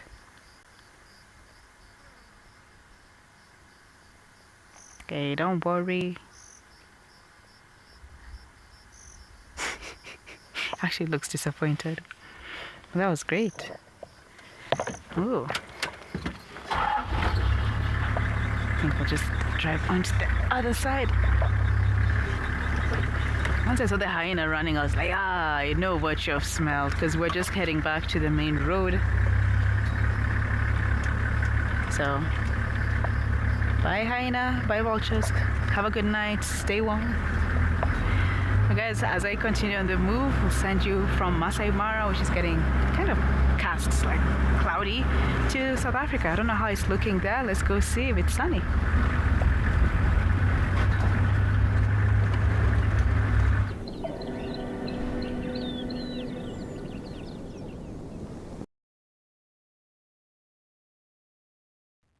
Let our hyena member to have a peaceful rest as they prepare to actually go for the night. And we're going to start moving towards the dams, and hopefully something special comes.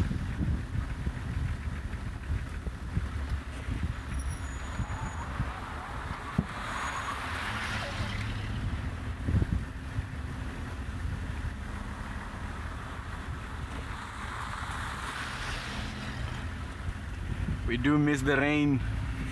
The dust goes up a little bit higher. So we're hoping for rain soon, as we are now in spring.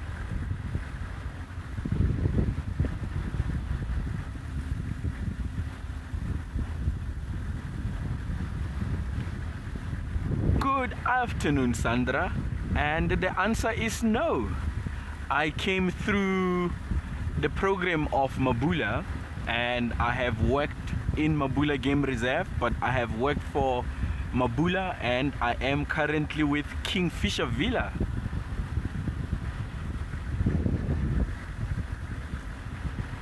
you are more than welcome to do actually look out on Kingfisher Villa. That is where we do our wild earth travel. One of the destinations, jewel of Limpopo.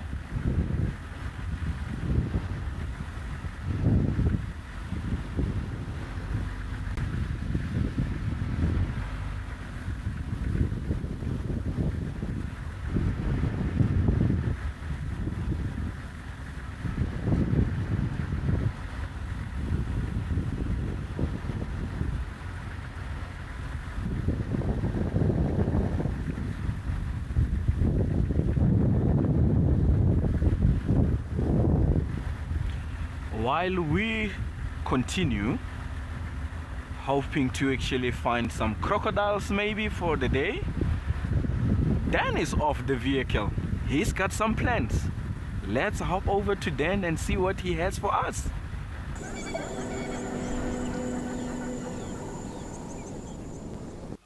Okay, thanks for that, Sepo.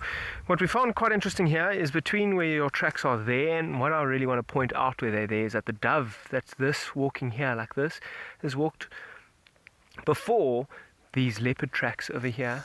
Look like female leopard tracks. It's either that or a younger male. Kind of, that's almost like 8 centimeters, I think. That's kind of where I measure my fingers. I used to have like a specific measurement. There's also small tracks. There's a genet over here that the leopard has walked on top of, and it's quite interesting to see as we walk down this road. This is a pretty busy road, and I'm pretty sure between the guides from Sabi Sabi and the Tracker Academy, they would have driven here this morning, and these leopard tracks are on top of the vehicle tracks and so clear. I mean, if I step aside here, I'm sure you can even pick up from that distance in this left track those tracks walking, and they look pretty crisp and clear. There's a junction here. Let's quickly have a look at this junction. Lisa, could today be the leopard day? It might be. I mean, I haven't seen female leopard tracks on this reserve before. I've seen quite a few different sets of male tracks. Okay, here's the junction. I just want to check if they cut up there. Here she goes.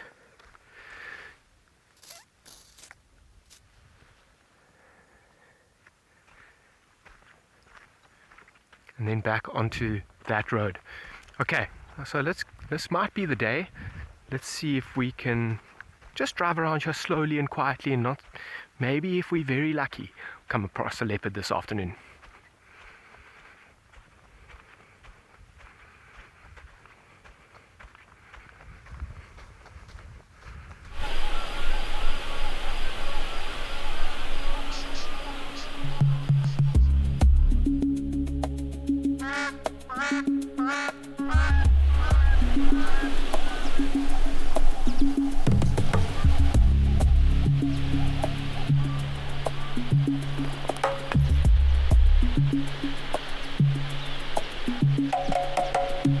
These guys are really significant from an environmental perspective because for farmers, especially for grain farmers, these guys eat a tremendous amount of food, and as you can imagine, the amount of birds that have just flown past you.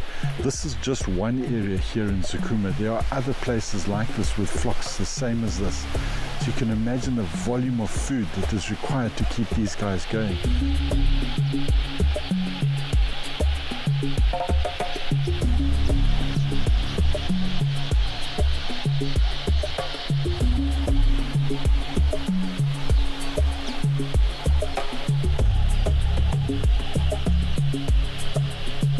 I really hope you enjoyed that spectacle because it really is quite incredible.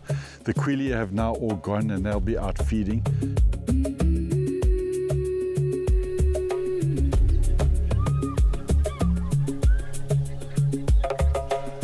Gerrit and I have just walked out onto the middle of one of these wetland areas, and it's where a lot of cranes, the black-crowned crane, come and spend the day. So what we're doing is, you can see around us that there's very few birds here right at the moment. There's thousands coming in to drink, but you'll see how many cranes arrive during the course of the morning.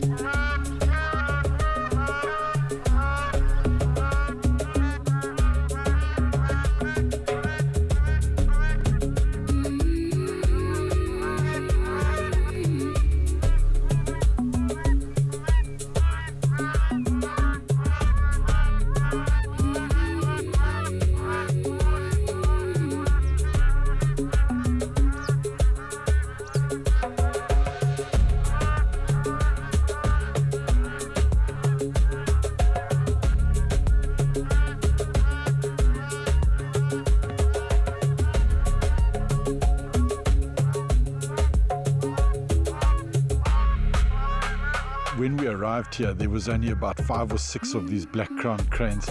If you scan around here now, they're just all around us. There's thousands of them here, and they're still arriving. But we're going to let them have their morning, and we're going to go and see what else we can find here in Zakuma.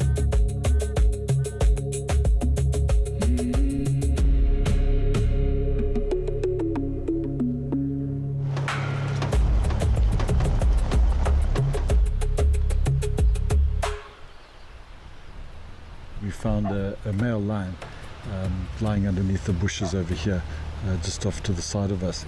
The interesting thing about the lions here in Zakuma, there is a good number of lions here, and we see them all over the place here.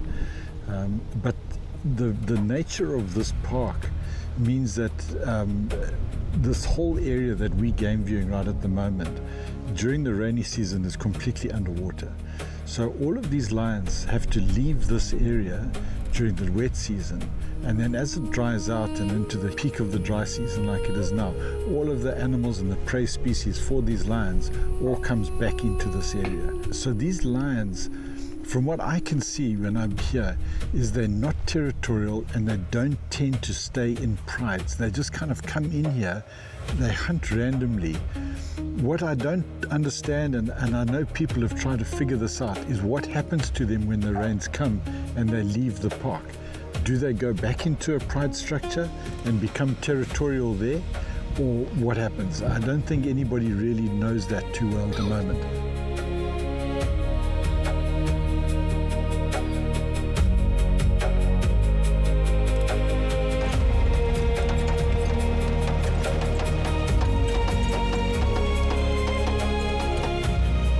That's a good one. And we've come across a very, very large python. There's a lot of pythons here in this park, so I just want to show you what we've got here. I know it's a big one. I haven't seen the full length of it, but we're just going to walk in here quietly so we don't disturb it, and just see if we can get a nice view of it.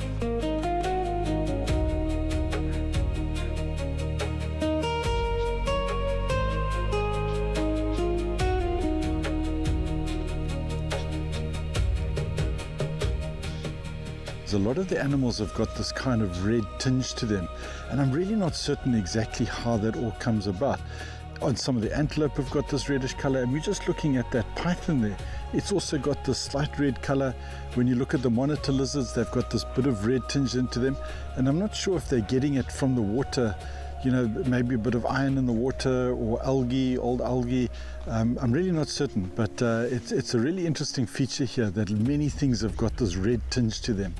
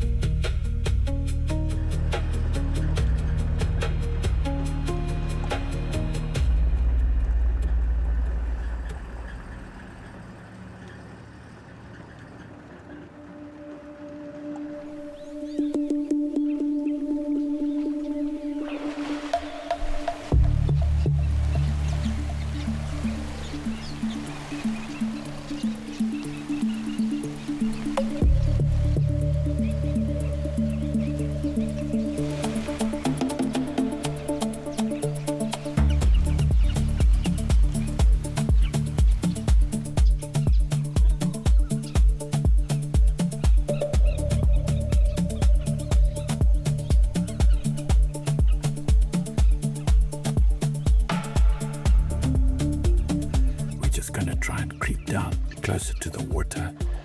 The wind is good for us, and we'll just be very quiet and enjoy this elephant in the mud.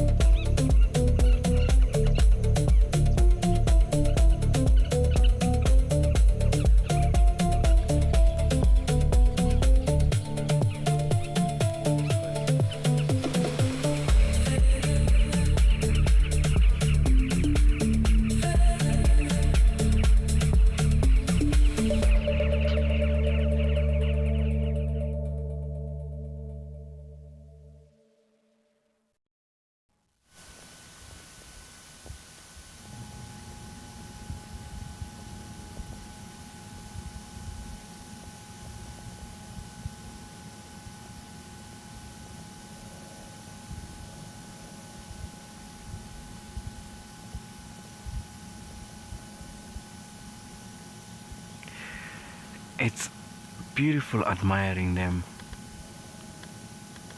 At first glance, it looks completely still, but that's what makes the crocodile such an effective predator. Every minute it's spent conserving energy increases the chance of a successful hunt. So multitasking there, basking on the sun, while at the very same time camouflaged so well, waiting for that opportunity.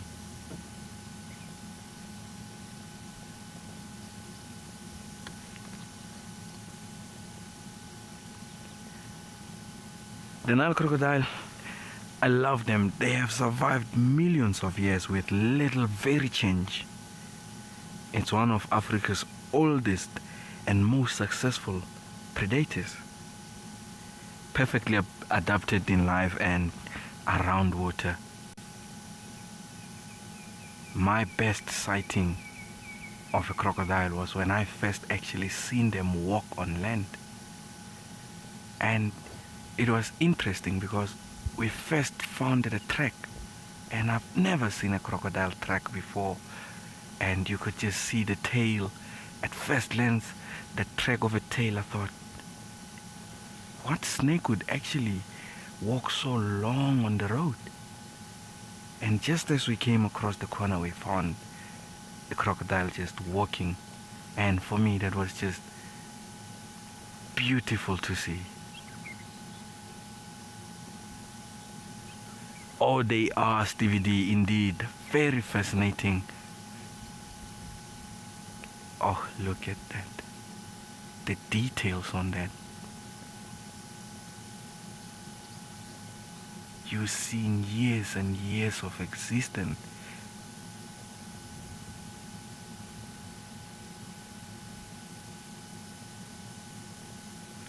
It's always so nice coming to the dam. The dam always gives you life. There is everything to see at the dam. And this is the guy that was called Gustav.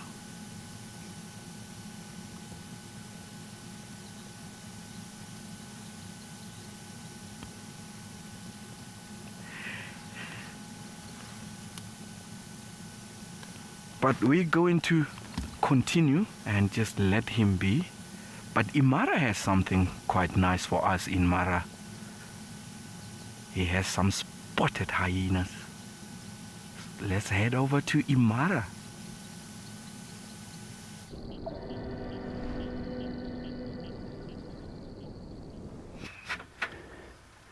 It is crazy how in one continent, just different weathers, because here our sun seems to be hiding behind some really thick clouds, but it's not stopping our hyena on the screen from enjoying its, what looks like to be the hippo jaw. So this whole area, like let's say the whole radius about 10 kilometers, so there's so much going on. So a few days ago we did get to see Mama Kali eating a hippo, which wasn't a full-grown hippo, and I am highly suspecting that this jaw came from that hippo.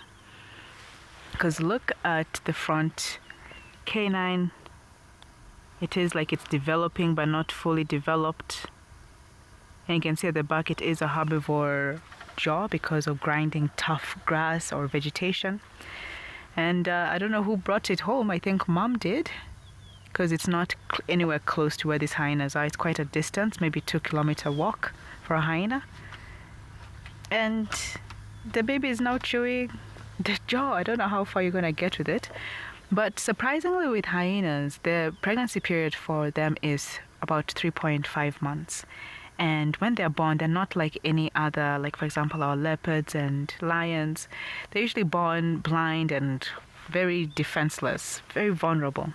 But these guys, off the bat, they can see. They already have even teeth protruding through their gums. So they've already been kind of adapted to surviving even from day one. So with this guy, just about strengthening that teeth, biting into really thick. Oh, don't bite that. Yeah, it's sharp.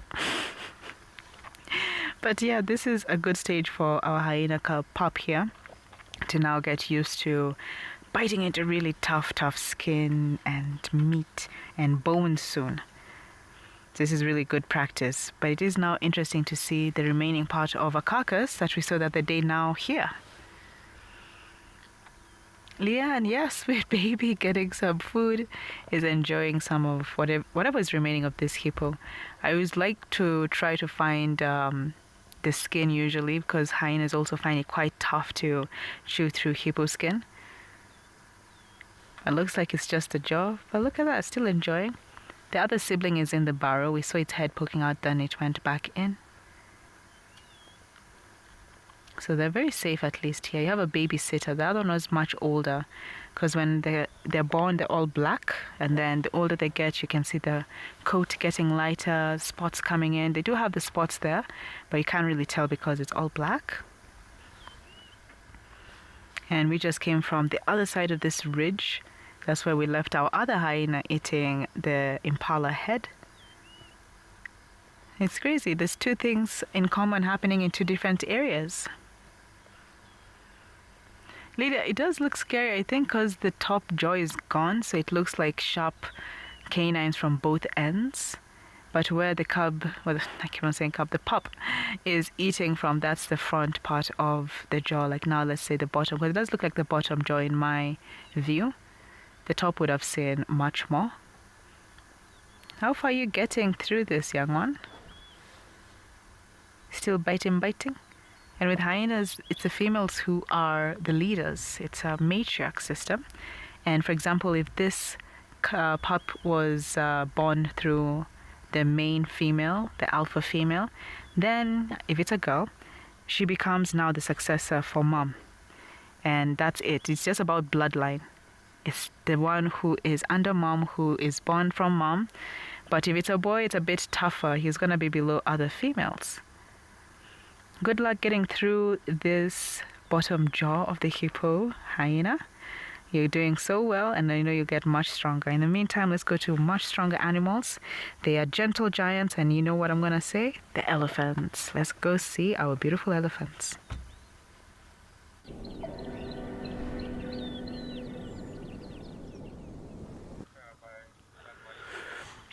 Yeah, we're with some big animals, and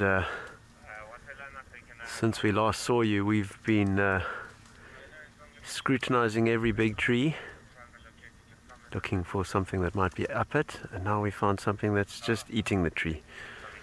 But this young boy, he was came and said hello to us a little bit earlier when we first got here. Got a bit of a white mark on his back there. I think it's bird poop, but not too sure. Elephants don't really tolerate birds on them, but sometimes you'll see like a cattle egret or something on them. But anyway, I'm not 100% sure, so just was quite an interesting mark. And he's got his face in that bush, but he did come and sort of greet us and then went back to feeding. Very friendly fellow. Made me feel quite welcome.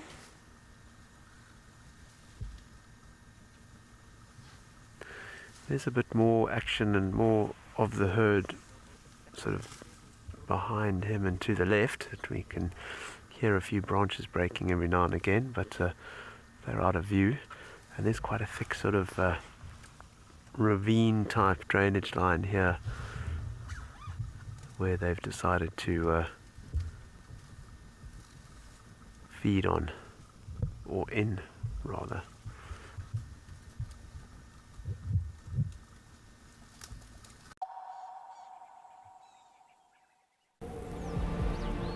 Can you hear that sound? The way it grows, the way it calls you to come alive. Can you feel the rhythm? The way it beats with the land? Do you feel alive again? Or maybe you never left. You don't just visit the wild, you return to it.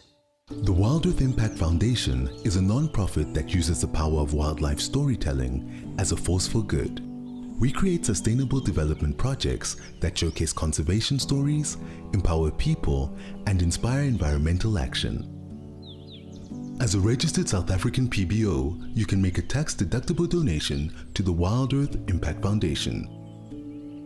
To find out more, visit our website.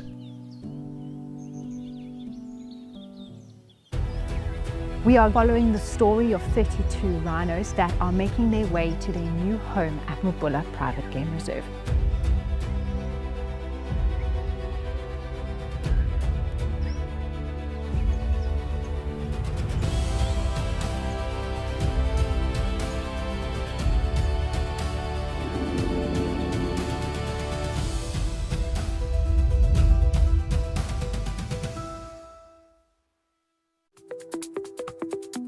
Sign up today and you'll get instant access to wildlife. You'll also have access to our post-produced content, like a Wild Bush Week. Textbooks tell us that a ratio of 3-to-1 hyenas drive off lionesses. SafariLIVE catch-up. We have got some doggies that are on the hunt. And even that sort of cult favourite, The Wild Show. And the little one has made it out and hopefully will rejoin the herd. Wild Earth Explorers. Wilder.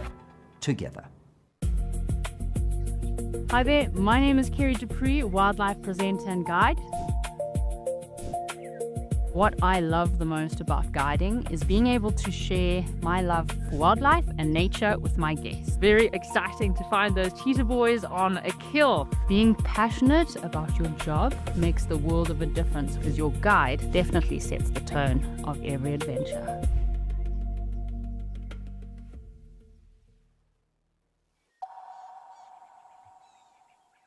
Third of the way in and pushing in.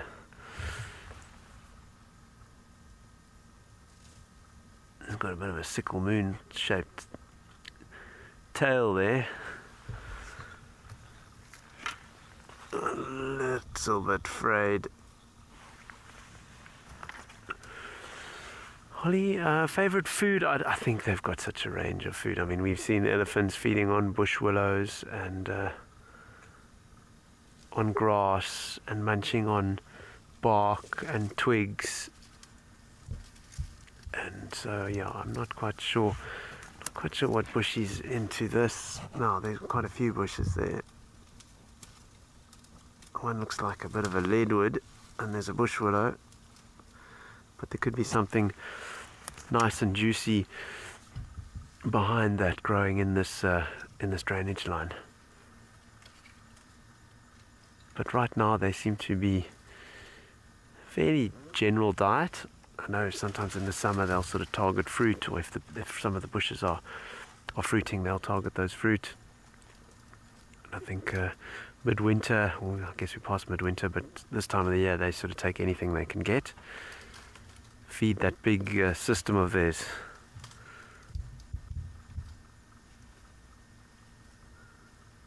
Like a conveyor belt, in and out, in and out. But incredible nutrient cycling that they do. And they're not a keystone species for nothing. This is like an integral part of the ecosystem. Oh, now he's pushed right through. I don't know if we can... You think if I move and pull, I'll get a better view? I don't think so. The road kind of is going away. And if I back up, you actually got a better view than me, so maybe we leave it. You can still see the eye, so that's what counts. But he's pretty busy in there.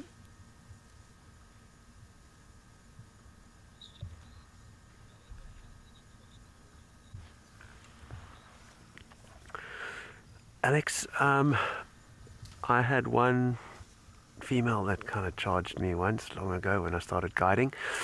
She was, it was in a herd, and she was walking in the same direction as the road was going, and as she walked, we would drive a little bit, and I think eventually she just took that as like we were sort of pushing her. I thought I was at quite a bit of distance, but I remember turning around and departing as she came after us for quite some time. That was the sort of scary part is that she followed us for much longer than you'd think. And that's probably the most sort of agitated I've had an Eddie. I think I was sharing this morning, I was off the vehicle once adjusting some rocks at a pan, and I didn't hear an elephant come up to me, and I looked up and this Eddie was probably about 15 meters away watching me, and I sort of just stood still, and you try and send some friendly messages, not panic, and the elephant sort of moved off. I felt a bit bad because it had come down to drink. And then probably the scariest moment I had was we were on a trail in the Kruger, and we were collecting water, and it was quiet. And suddenly this herd of about 20 elephants came storming down to the waterhole, and we were all collecting water, and they basically caught us, our group, off guard. I wasn't leading the trail, fortunately, but that was quite scary. But of those regaling elephant stories, let's go and check in with Dan.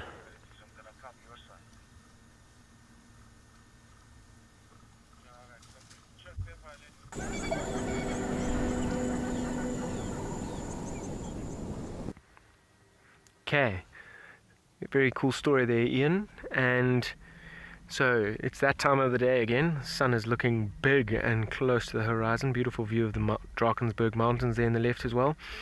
And because of the timing of the day, I thought it was going to be a really good idea to come back to this carcass where we started this afternoon's drive and had from this morning, the amazing morning that we had.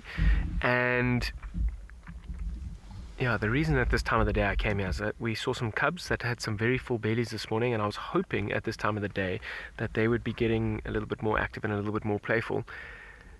But I might have bitten off more than I can chew, and I got here, and this is what we found. Just the vultures.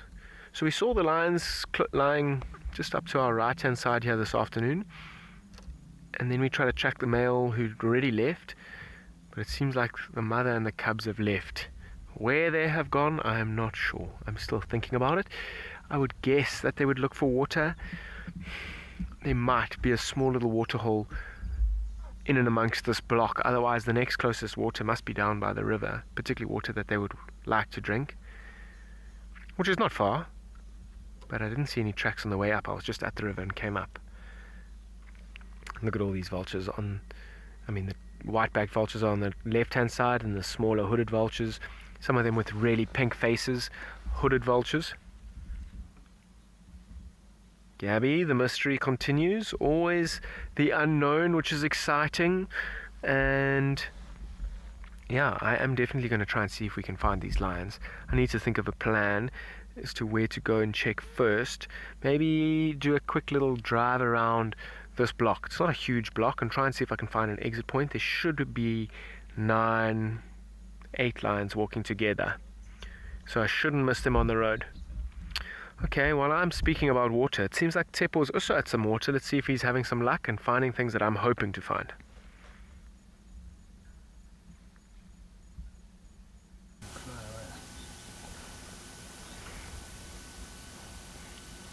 Oh, we are here with a little bit of activity happening. We have some white-faced whistling ducks there, and we have some hippos giving us some yawns and calling.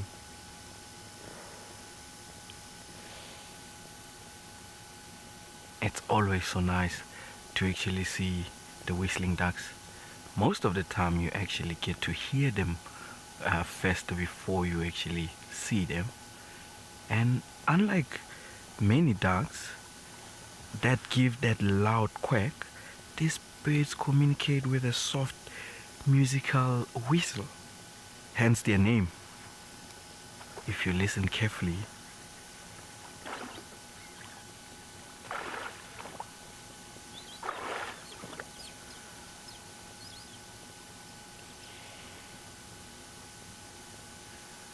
it's always so nice hearing those whistles. They are very social birds. often spending day resting together on the water before flying out at dusk to feed. Yes, Miss Hippo.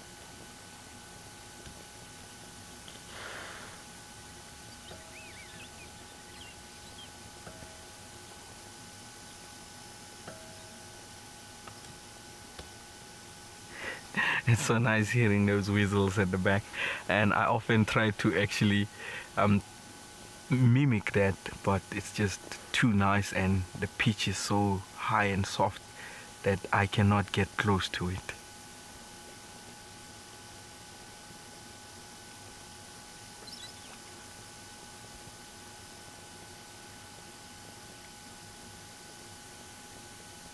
The hippos have been active, doing some splashes.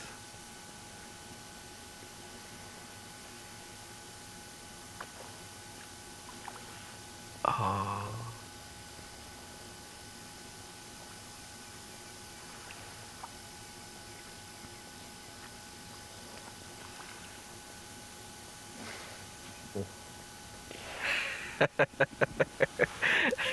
You brought back my childhood memories there, Candice. They definitely do look like Shrek's ears.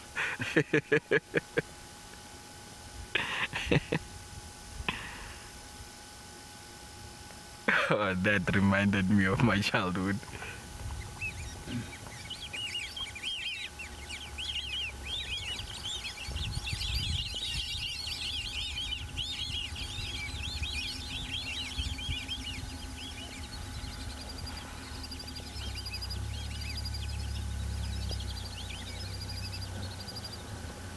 Yep, and that sound is what you hear before you see them.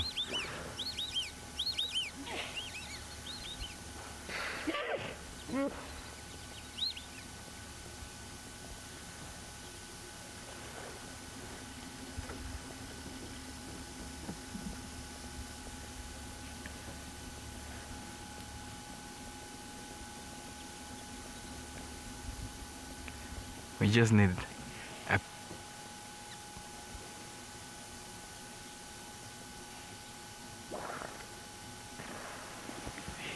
a very beautiful combination, duck mane lover. Hippos and ducks just enjoying their cool afternoon, their evening, and so peaceful. So we can safely say hippos, the whistling ducks, Tsebo and Luyanda just enjoying the evening around the dam.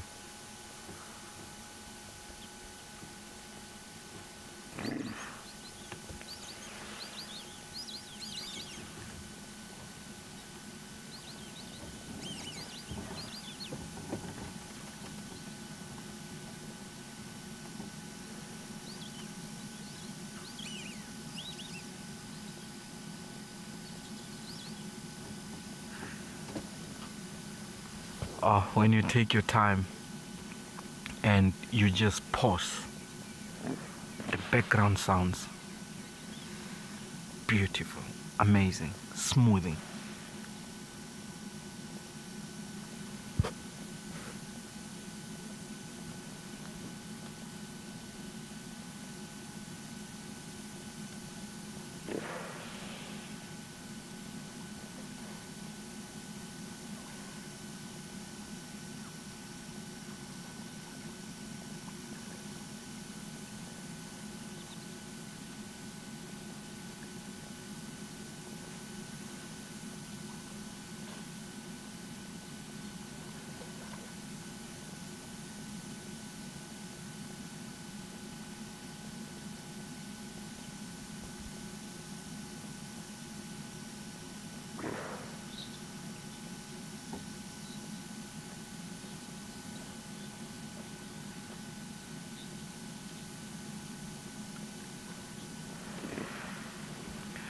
Good afternoon, Rabbage.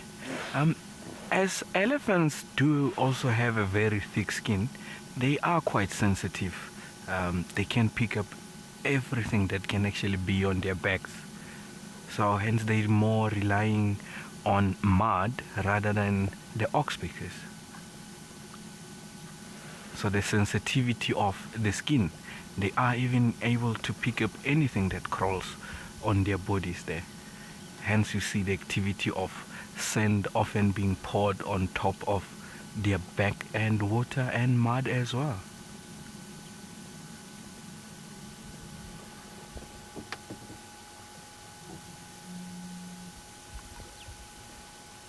What are you up to, young one?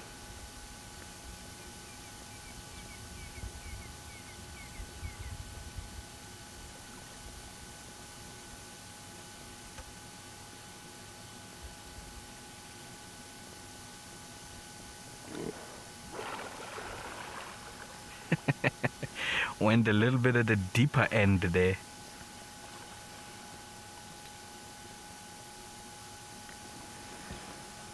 Adorable, adorable, adorable, Cherry.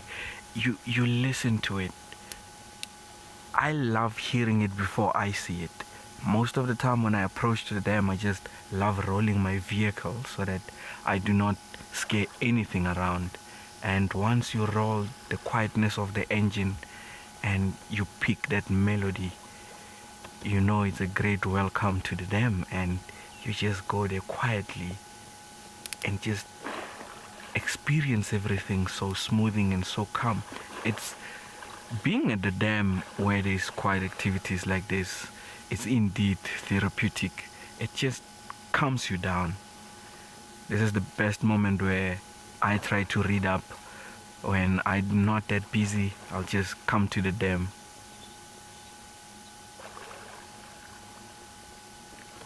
But while we are here, Ian has an amazing magical sunset that is waiting for us.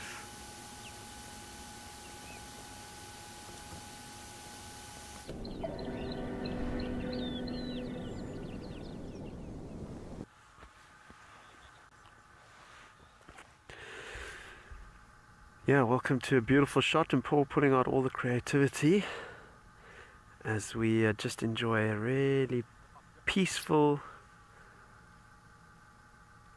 pre-sunset. Probably got another 30 minutes left. This would be a great spot to stop for a cold drink. If you do have a beverage, cheers.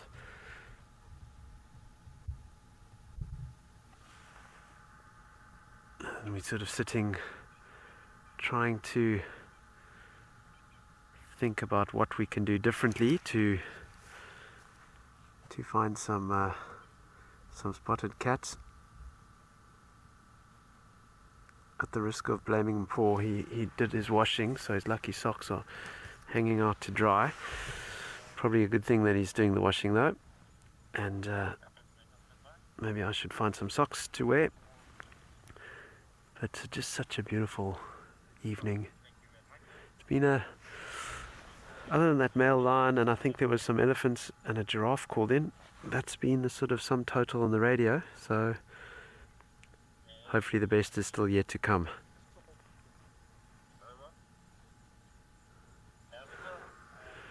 But I'm certainly enjoying this view. As I mentioned earlier, we've been looking just every single tree, kind of willing it to be full of a you know, with a leopard in there. Yeah, I agree, Nancy. I think Mpho is not disappointing.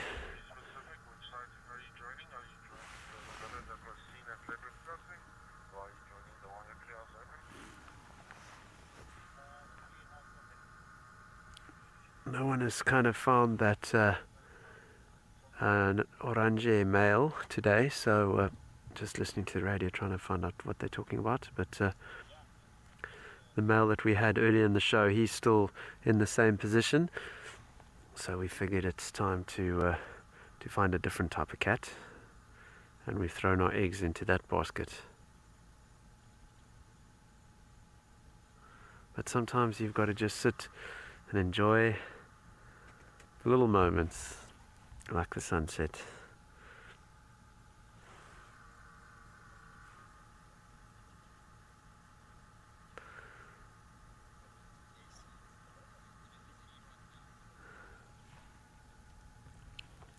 Casey, I hope you've got your lucky socks on, because that's exactly what we were hoping for. But we've been hoping for that the whole week. We did get a nice view of the big man TP, and then we had a very brief leopard look, and then we had a rather hidden Rolani. But while we watch the sunset, we're going to pull out of the archives a silhouetted leopard for you. We got a beautiful leopard up in this tree. And there's another leopard coming here. We've got 2 leopards. That might be the youngster, and Saku, and now we've got Sabui joining. Here we go. She's just made her way here. This is magic. Oh, look at him. Brilliant. So that's his mom. That's closest to us, Sabui, and then that's Nsaku, her son, behind her. He wants to go, he wants to go, he wants to go.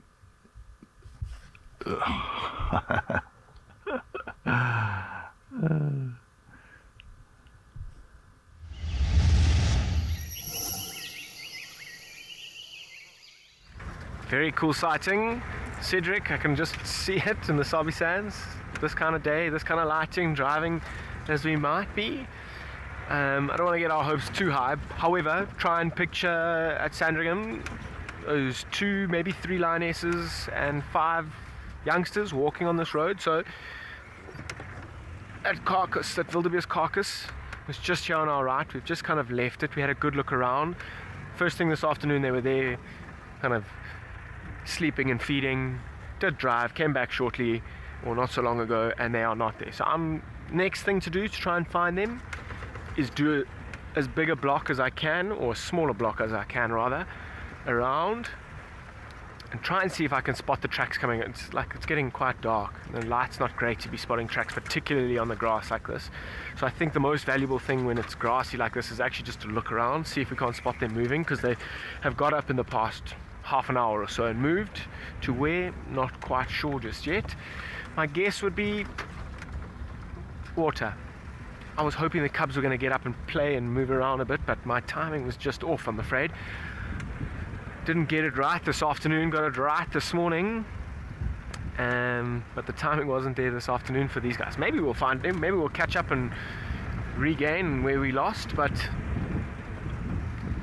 it's again trying to catch up in the daily dynamics of, okay, so that carcass was on our right. I'm going to close the block like this.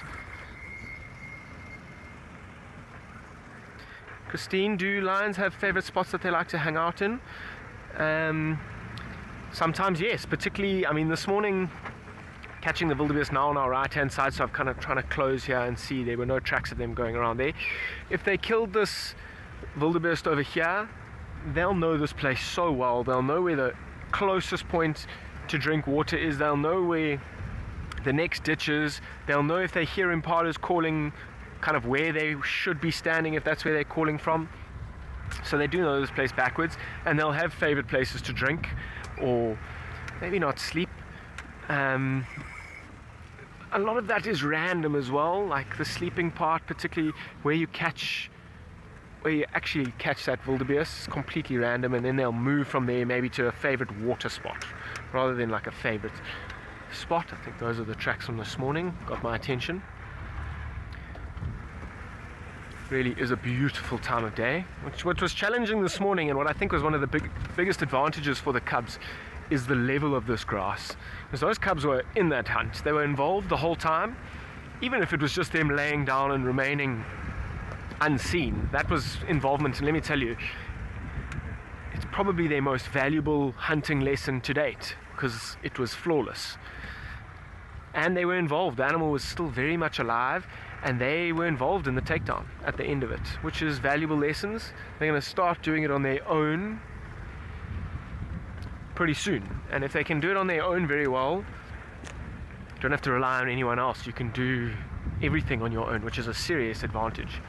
That's why you often see lionesses who are really good hunters and can't sustain these large prides pull away, because they can actually hunt really well.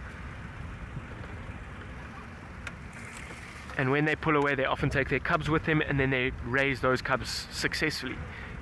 And different parts of the pride that were left behind or also split up might struggle. I mean, one of the biggest things, you're probably going to have to find some kind of new territory. And we were talking about like favored areas. Lily, good visualization, and it's very possible. I'm really hoping for it. The tricky thing is, did they get up as I left 2 hours ago when I was with them, or did they get up 5 minutes ago? But time will tell. Let's see. Got a few more corners to close off this side and then back around, and then I'm going to have to rethink it.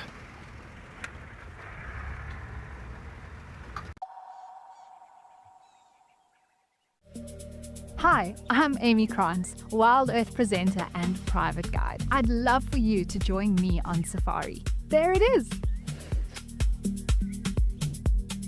What I bring to a safari is a genuine love and care for people. To be able to create a memorable, special experience brings me so much joy. That's what takes a normal safari and makes it extraordinary.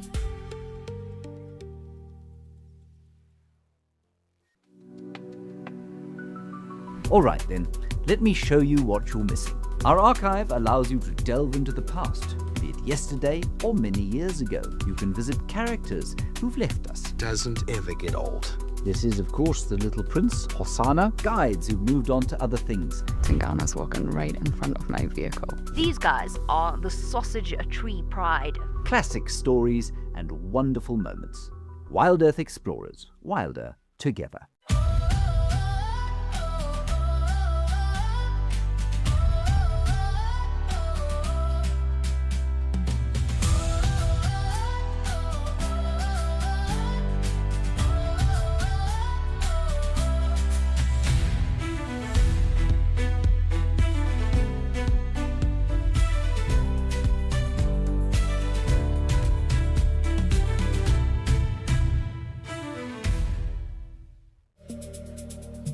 Are you ready to turn your travel dreams into a reality? Africa is full of exciting adventures and stunning wildlife. This isn't just a journey. It's a once-in-a-lifetime wildlife adventure I'd like to take you on. Join me, James Hendry, and connect with nature.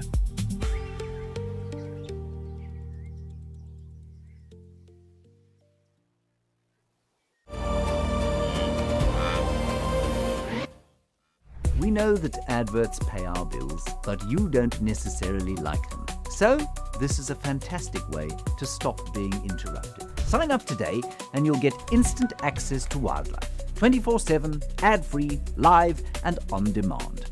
No pesky commercials, no rude interruptions, just wild Africa exactly as it unfolds. Wild Earth Explorers, wilder together.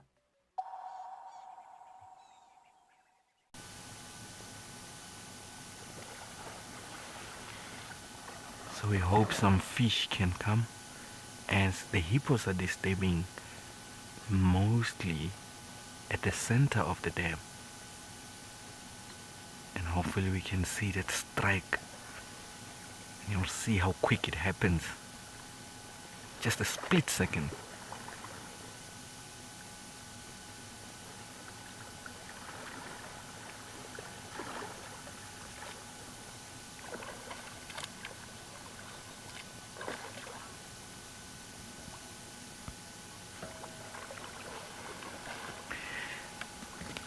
Oh yes, wildlife lady. And that camouflage plays an important role because it contributes to the meal of the day. It has to make sure that everything is perfect, remain motionless and be patient, because patience in nature and in the wild is always rewarding. And that is what we can actually learn from these animals, that if you take your time, everything comes and works together for good. Talking about time, they are quite playful, the hippos, as the time actually, yes,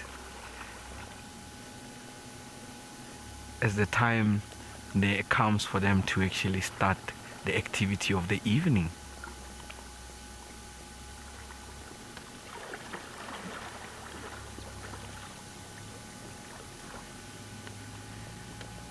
As we enjoy this smoothing moments here, there's some gentle giants, big elephants waiting for you with Dan.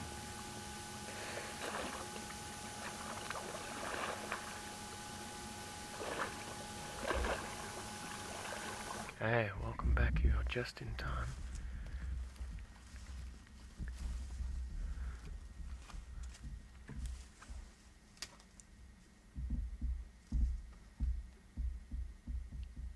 Just in time for that walk by. But super cool. Sean, how was that, buddy? Second time. Second time. There's not many feelings like it. It's quite a crazy one. And he was walking down very confidently. We spotted him from quite a distance away and gave him enough space. And he just kept coming and carried on just like that. Isn't that amazing? He's still pretty close to us. You can see him right there. He's now just stopped, shown not that much interest in us at all.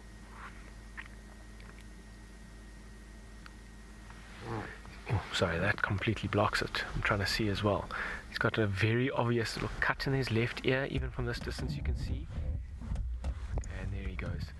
I mean, that was a little bit of a roadblock for us. We're on our search for these lions, driving around the block, trying to see if we can catch up with him, and bang into the path of an elephant. Sometimes they can block the road for ages, so we're actually quite grateful that he's... Have you given us enough space? I think you have. Shawnee, I reckon let's keep going. Colleen was pretty close. It was amazing. I was hoping Sean was going to give us a little bit more of a reaction there, but he just nailed it. And what an amazing feeling! I promise you, you can't explain it. It is a special thing, and they like look at you in the eyes, and you look at them right in the eyes. It's like a connection of sorts. But let's go back to our lions. I have a funny feeling we're going to find them. I really hope so. They can't be far. I mean, you could drive right past them and miss them at any moment. But let's keep going, particularly while we've got a little bit of light. I think let's cover distance. Try and finish covering this block and see if we can't find them.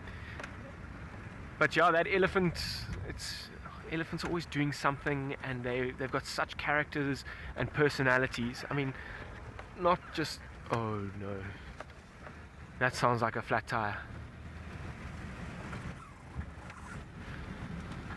Leo, how far do I think these lions have actually moved? I don't think very far at all. Sorry, it sounds like another flat tire. No, we're all good. Whew. We had another flat yesterday, so I was like, oh, if we have another one now, it's going to be a bit more interesting. But Leo, sorry, to answer your question, how far do I think these lions have gone? I don't think very far at all, and that's why I'm trying to kind of push and try and see if we can find them. They are moving as well, which is always exciting. And it would tie in so nicely with the amazing morning that we had with them. But now the pressure's on. And I don't know, you see, I don't know this place like the back of my hand. Some places back at Ngala I would have known very well. I would have known where to go directly check. There might be a small little puddle of water around in this block. Oh, here's another big elephant.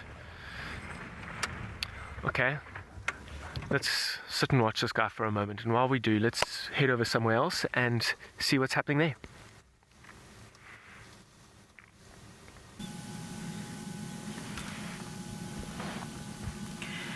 As the sun sleeps below the horizon, the bush doesn't go to sleep. It simply changes shift. Now the day belongs to those who watched, but the night belongs to those who we may never see. It's always so nice sharing the African bush with you.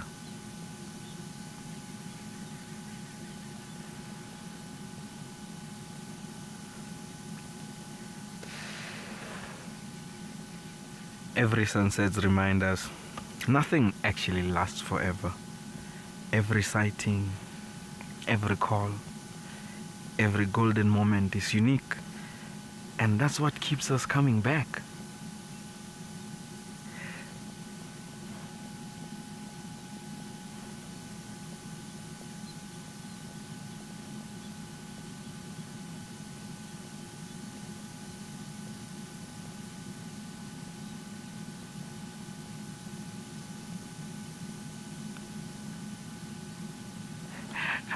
Oh yes, Penelope. For some reason, I'm the loudest when we are in a group. Maybe I just love talking too much. Amazing stories. I've also had some people share amazing stories around fire. Just being around fire, especially with guides, you just hear these crazy stories that has happened.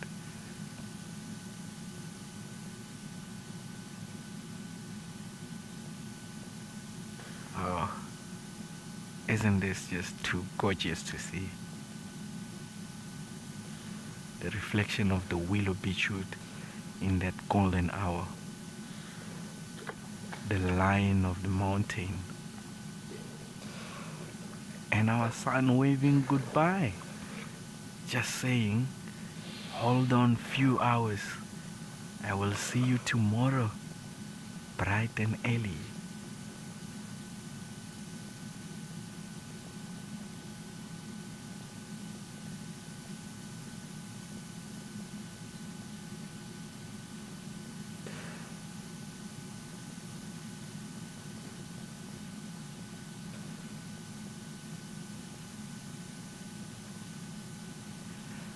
Definitely agree with you there, Dagmain lover.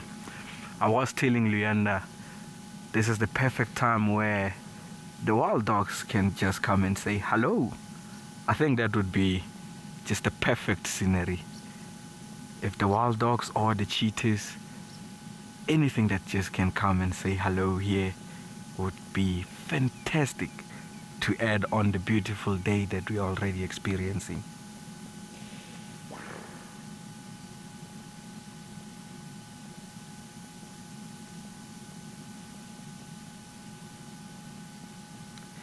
And it's quite amazing here in Mabula Game Reserve because the mountain range moves quietly on the middle of the reserve, and it looks on this side as if the sun is gone. But if you are on top of the mountain, you still see quite the beauty. Ian has come across a raptor in the tree. I am interested to actually see what he has for us. Let's quickly see Ian.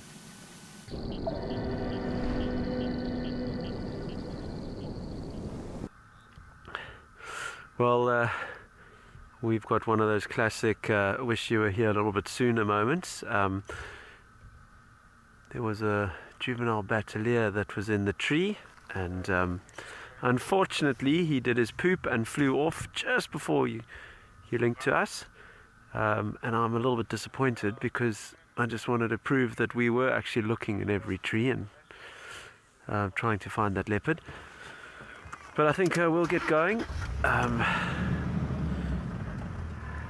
We've just been listening on the radio, and apparently there's the batelier. Maybe he'll come back to another tree.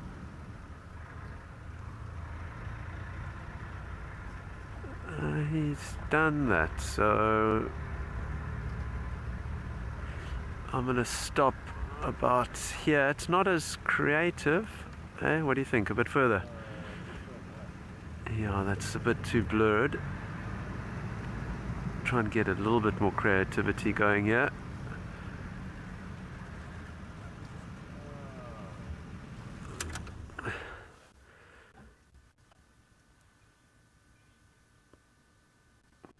But just to prove we were hard at work trying to find leopard. And this batelier has just taken off and now has come back and landed in this rather busy looking bush. I can tell it's juvenile just, I don't know, just because it's got a kind of purplishy beak and it's quite brown. It's got that shape of the, or what we call the jizz of of the juvenile bateleur. Kelly, I don't think so. I think that'll be time for the owls to take over. I think this guy's settling down for the night. That's why we're a bit surprised that it took off. Maybe it had heard us coming and decided it wanted to change the scenery. I'm not sure. We were quite far off the road from it. But yeah, I think most of the raptors, as far as I know, they don't really hunt at night. But I could be wrong. I guess we're not out there observing.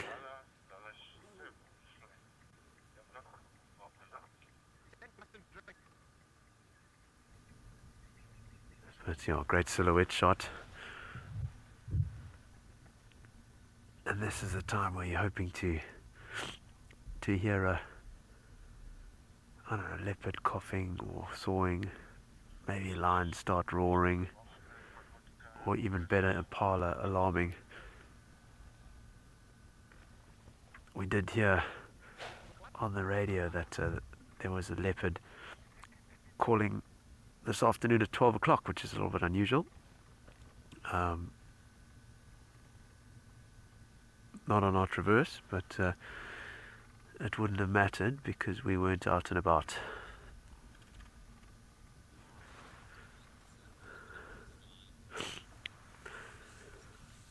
But from this bird to some a line of birds in Mabula, let's go check in with Tsepo.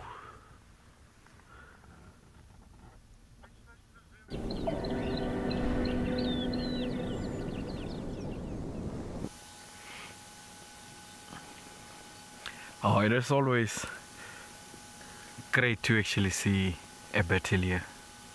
But here we are still with the white-faced whistling duck in line. What are the plans? The patterns and the colors. Just look at that. It's unfortunate the hippos are a little bit busy and there's waves moving a little bit. We were gonna see that perfect reflection underwater there.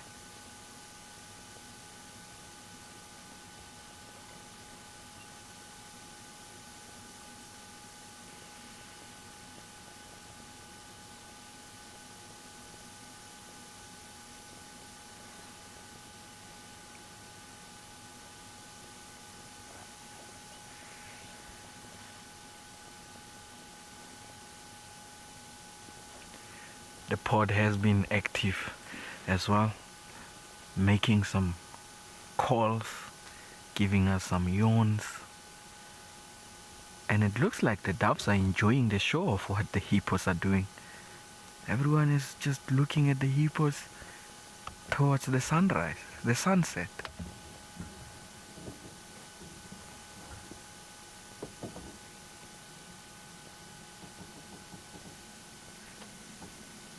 So I see it's not only us that enjoys watching the hippos. The ducks as well enjoy seeing the activities of them moving.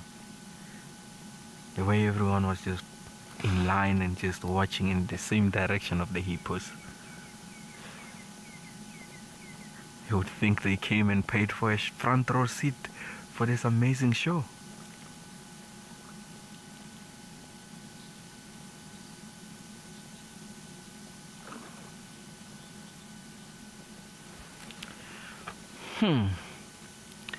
That's a very interesting question, Chris.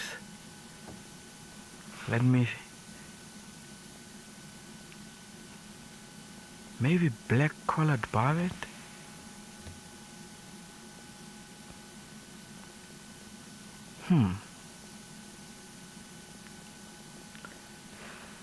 Let's see. Or... Trying to actually think which one would actually be better. I can actually do a little bit of orange-breasted bush, right? But not as quite as it actually does.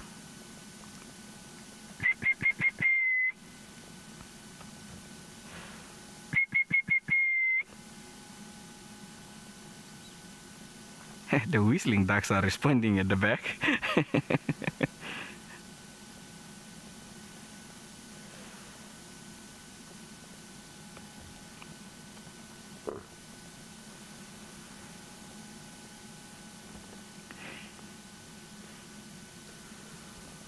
The hippos were looking like, where is the orange-breasted bush shrike from?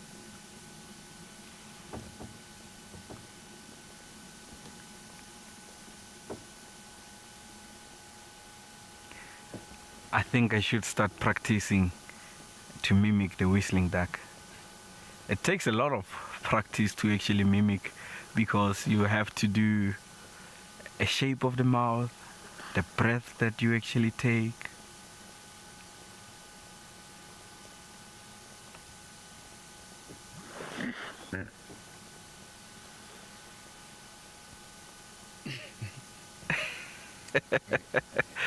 Oh yes, grumpy old man. They are just enjoying in a row there. It's interesting that they are looking at the hippos. It's like, let's have a final show before we actually fly off at dusk.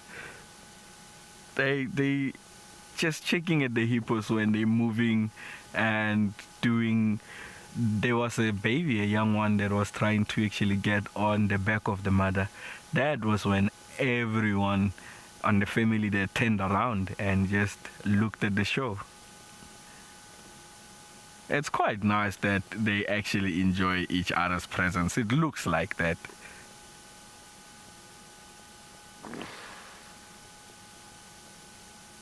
Can hear those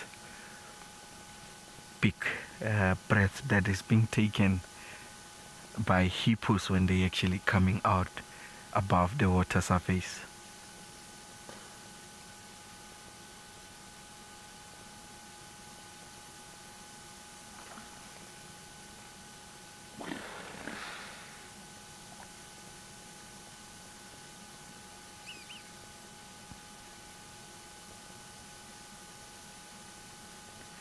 It is safe to say that them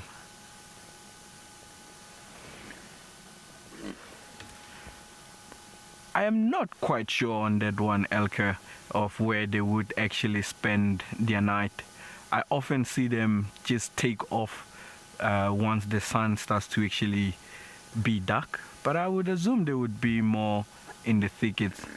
It's actually a great question. It's worth being able to actually look into that. Where would they actually spend their night? If they would actually be on branches and just call it the night? Interesting question.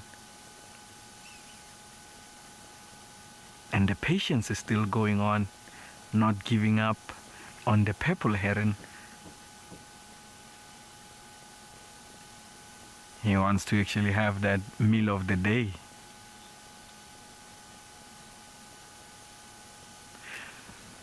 We are still here. We're going to be here a little bit longer with them and see if maybe the purple heron will get something. But Dan is on the lookout for the biggest cat. He is with the lions searching, and hopefully it's a success.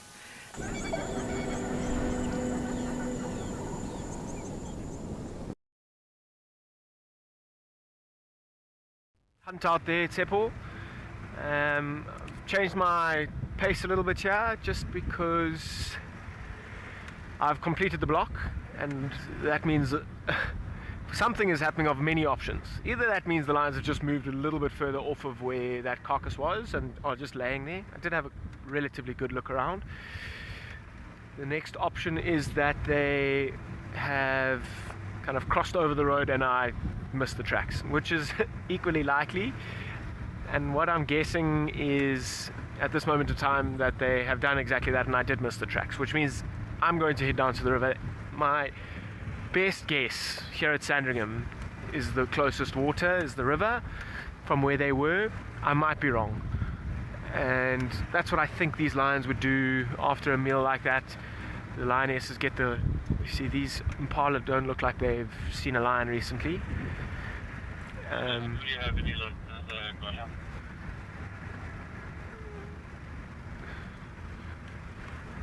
No, negative. I'm coming down to the river now and around the Tracker Academy.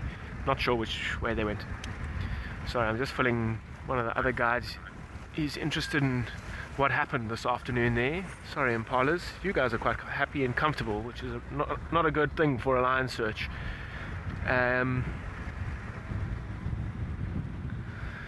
Yeah, I think we were chatting to the Tracker Academy last week, and they say one of the biggest things when you're trying to track animals is you all understand what they're going. It's all about timing, and you've got to try and put yourself in their paws, for lack of a better word, but try and think like a lion. What would the lion do?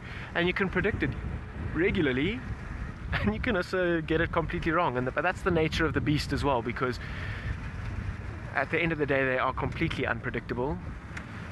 Most of the time you can guess what's going to happen. I guess actually animals are very predictable, but they can do something that you would think they would do 99% of the time, and the 1% of the time they do it. And my timing this morning was really good. The timing this afternoon, not so good. I missed those lions. David, has this radio been very busy? Absolutely not, actually. I've just been around now for the week. I've dealt with 4 guides, I think, from Sabi, and mostly only 2 vehicles out at a time. So yeah, it's really good to meet new people. Guys are in this industry, they've got a super exciting adventure ahead of them. They've got an amazing place to work around, an amazing company, good story, and yeah, it's been quite fun actually, getting to know them and chat. Now we're communicating. It's quite fun to be on the radio again. I haven't been on a radio for a long time. It's challenging. New radio procedures, different lingos. It's very interesting. Now, do I go? I think let's just check in the river here quickly. Also, I'm going to come back and check a little bit up that side. That's maybe the more direct path, but I think we've got a better look up and down the river from this point, if that's where they are. Got 15 minutes left here to find them.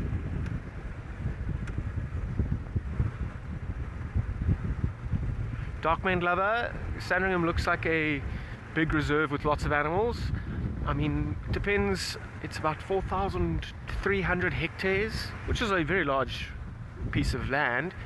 And I think it's about to change the game when the fences open up. And I don't know what the traversing agreements and things are going to be. And it's, I'm sure it's very close to happening, or at least on the cards. I don't know the ins and the outs of that. But to sustain the numbers of animals that are around here, it is a very big place. It will get much bigger and become part of a much bigger system when it does get incorporated into the Greater Kruger National Park, and I think that's the intention, which is really good. Okay, so I've just got here to the river, having a quick little look around. Let's see if these lions are not here. I might just stop for a moment and see if we can't hear anything as well.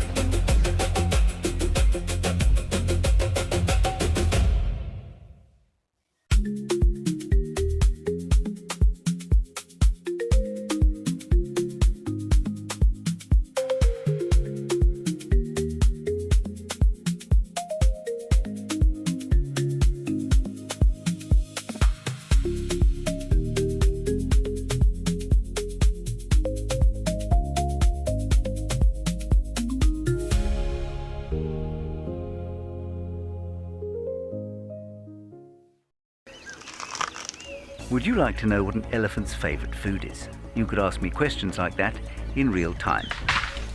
Our safaris are live and interactive from the heart of Africa.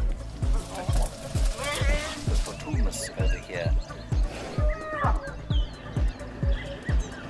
Watch Safari Live and connect with nature.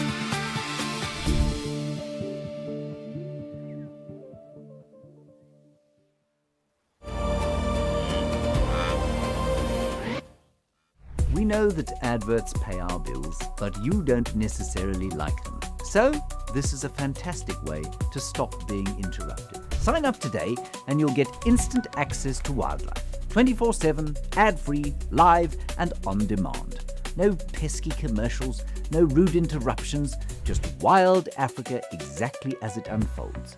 Wild Earth Explorers, wilder together.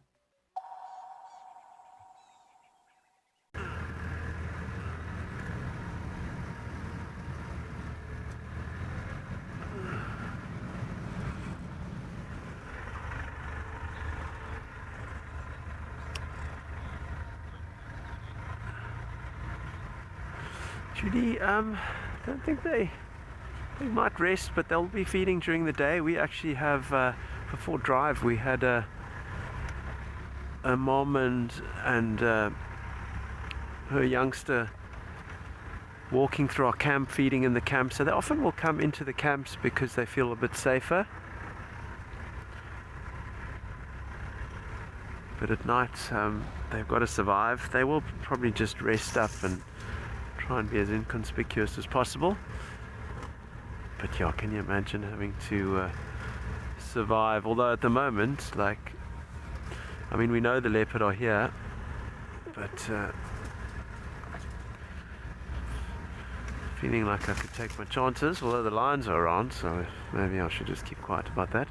Just heard a red-crested Koran calling in the back, and we heard a pearl-spotted owlet while we were stopped with that small group of Nyala. And it's actually time for the spotlight. Maybe we get lucky with some eye shine.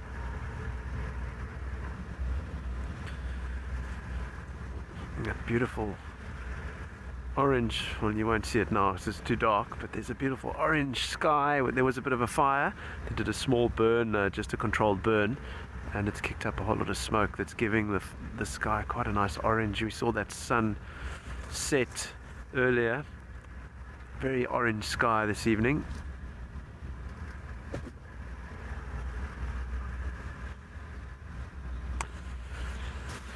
But wish us luck as we keep on looking for the spotted cats. And while we do that search, let's go and check in with Tsepo and his hippos.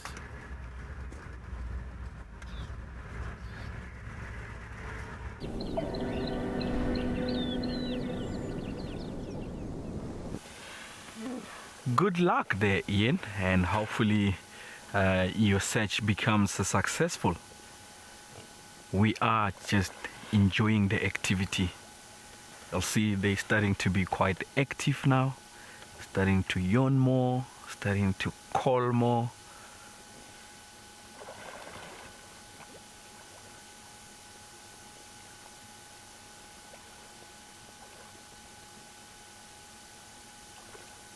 There we go. Where do you plan to go feed tonight? Are you going north? Are you going south? Are you going east? Or are you going west?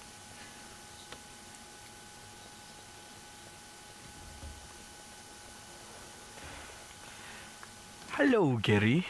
In this pod here, not quite that they would be all related. You often find the males from other pods coming to actually, oh yes, hi, coming to actually fight other males for the females in a pod, and that makes them not related. So not everyone is related, and sometimes, depending on how far they do actually travel, they will actually come back. So you might find that the ones that are here, or the females, were not part of this pod here yesterday. So depending on how far they travel, they would often just come and get to the nearest dam if they cannot make it to their usual pod where they always be. Because I have seen them where we come to a dam and they are not there for a couple of days, and they would come back. And sometimes you just find one in this specific dam, and sometimes you find a mother and a young one, sometimes you only find the male. So I would not say they are related.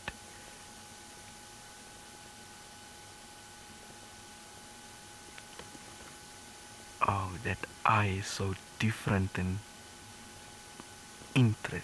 Are you falling asleep?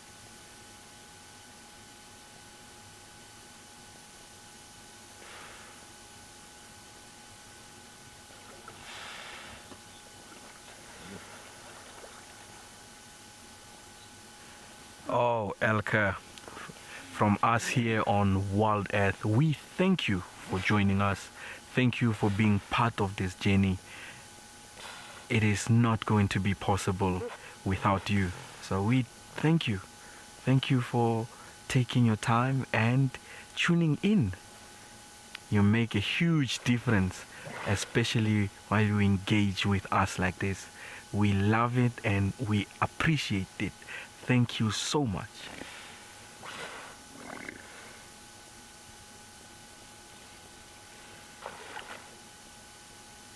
The young one managed to hop on the mother's back there. It helps them to be elevated a little bit because they are still quite young to stand and take their nostrils out, so they would often try to jump. But if they hop on the mother's back like that, it assists them in terms of putting their nostrils above water level.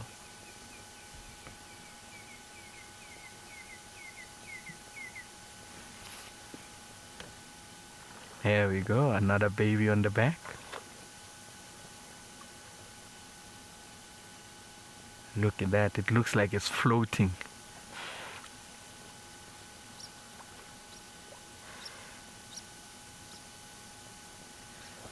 I definitely totally agree with you there, Stevie D. Let's just take a pause and you hear the sounds and water in the background.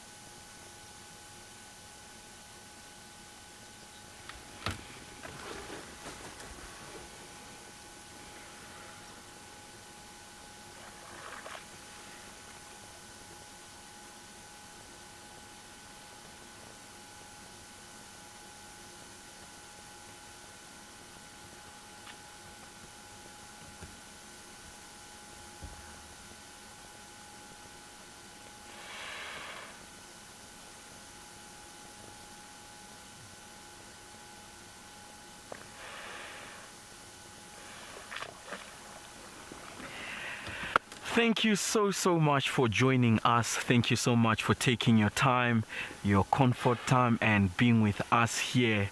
We love you from the A-Team. Thank you so much.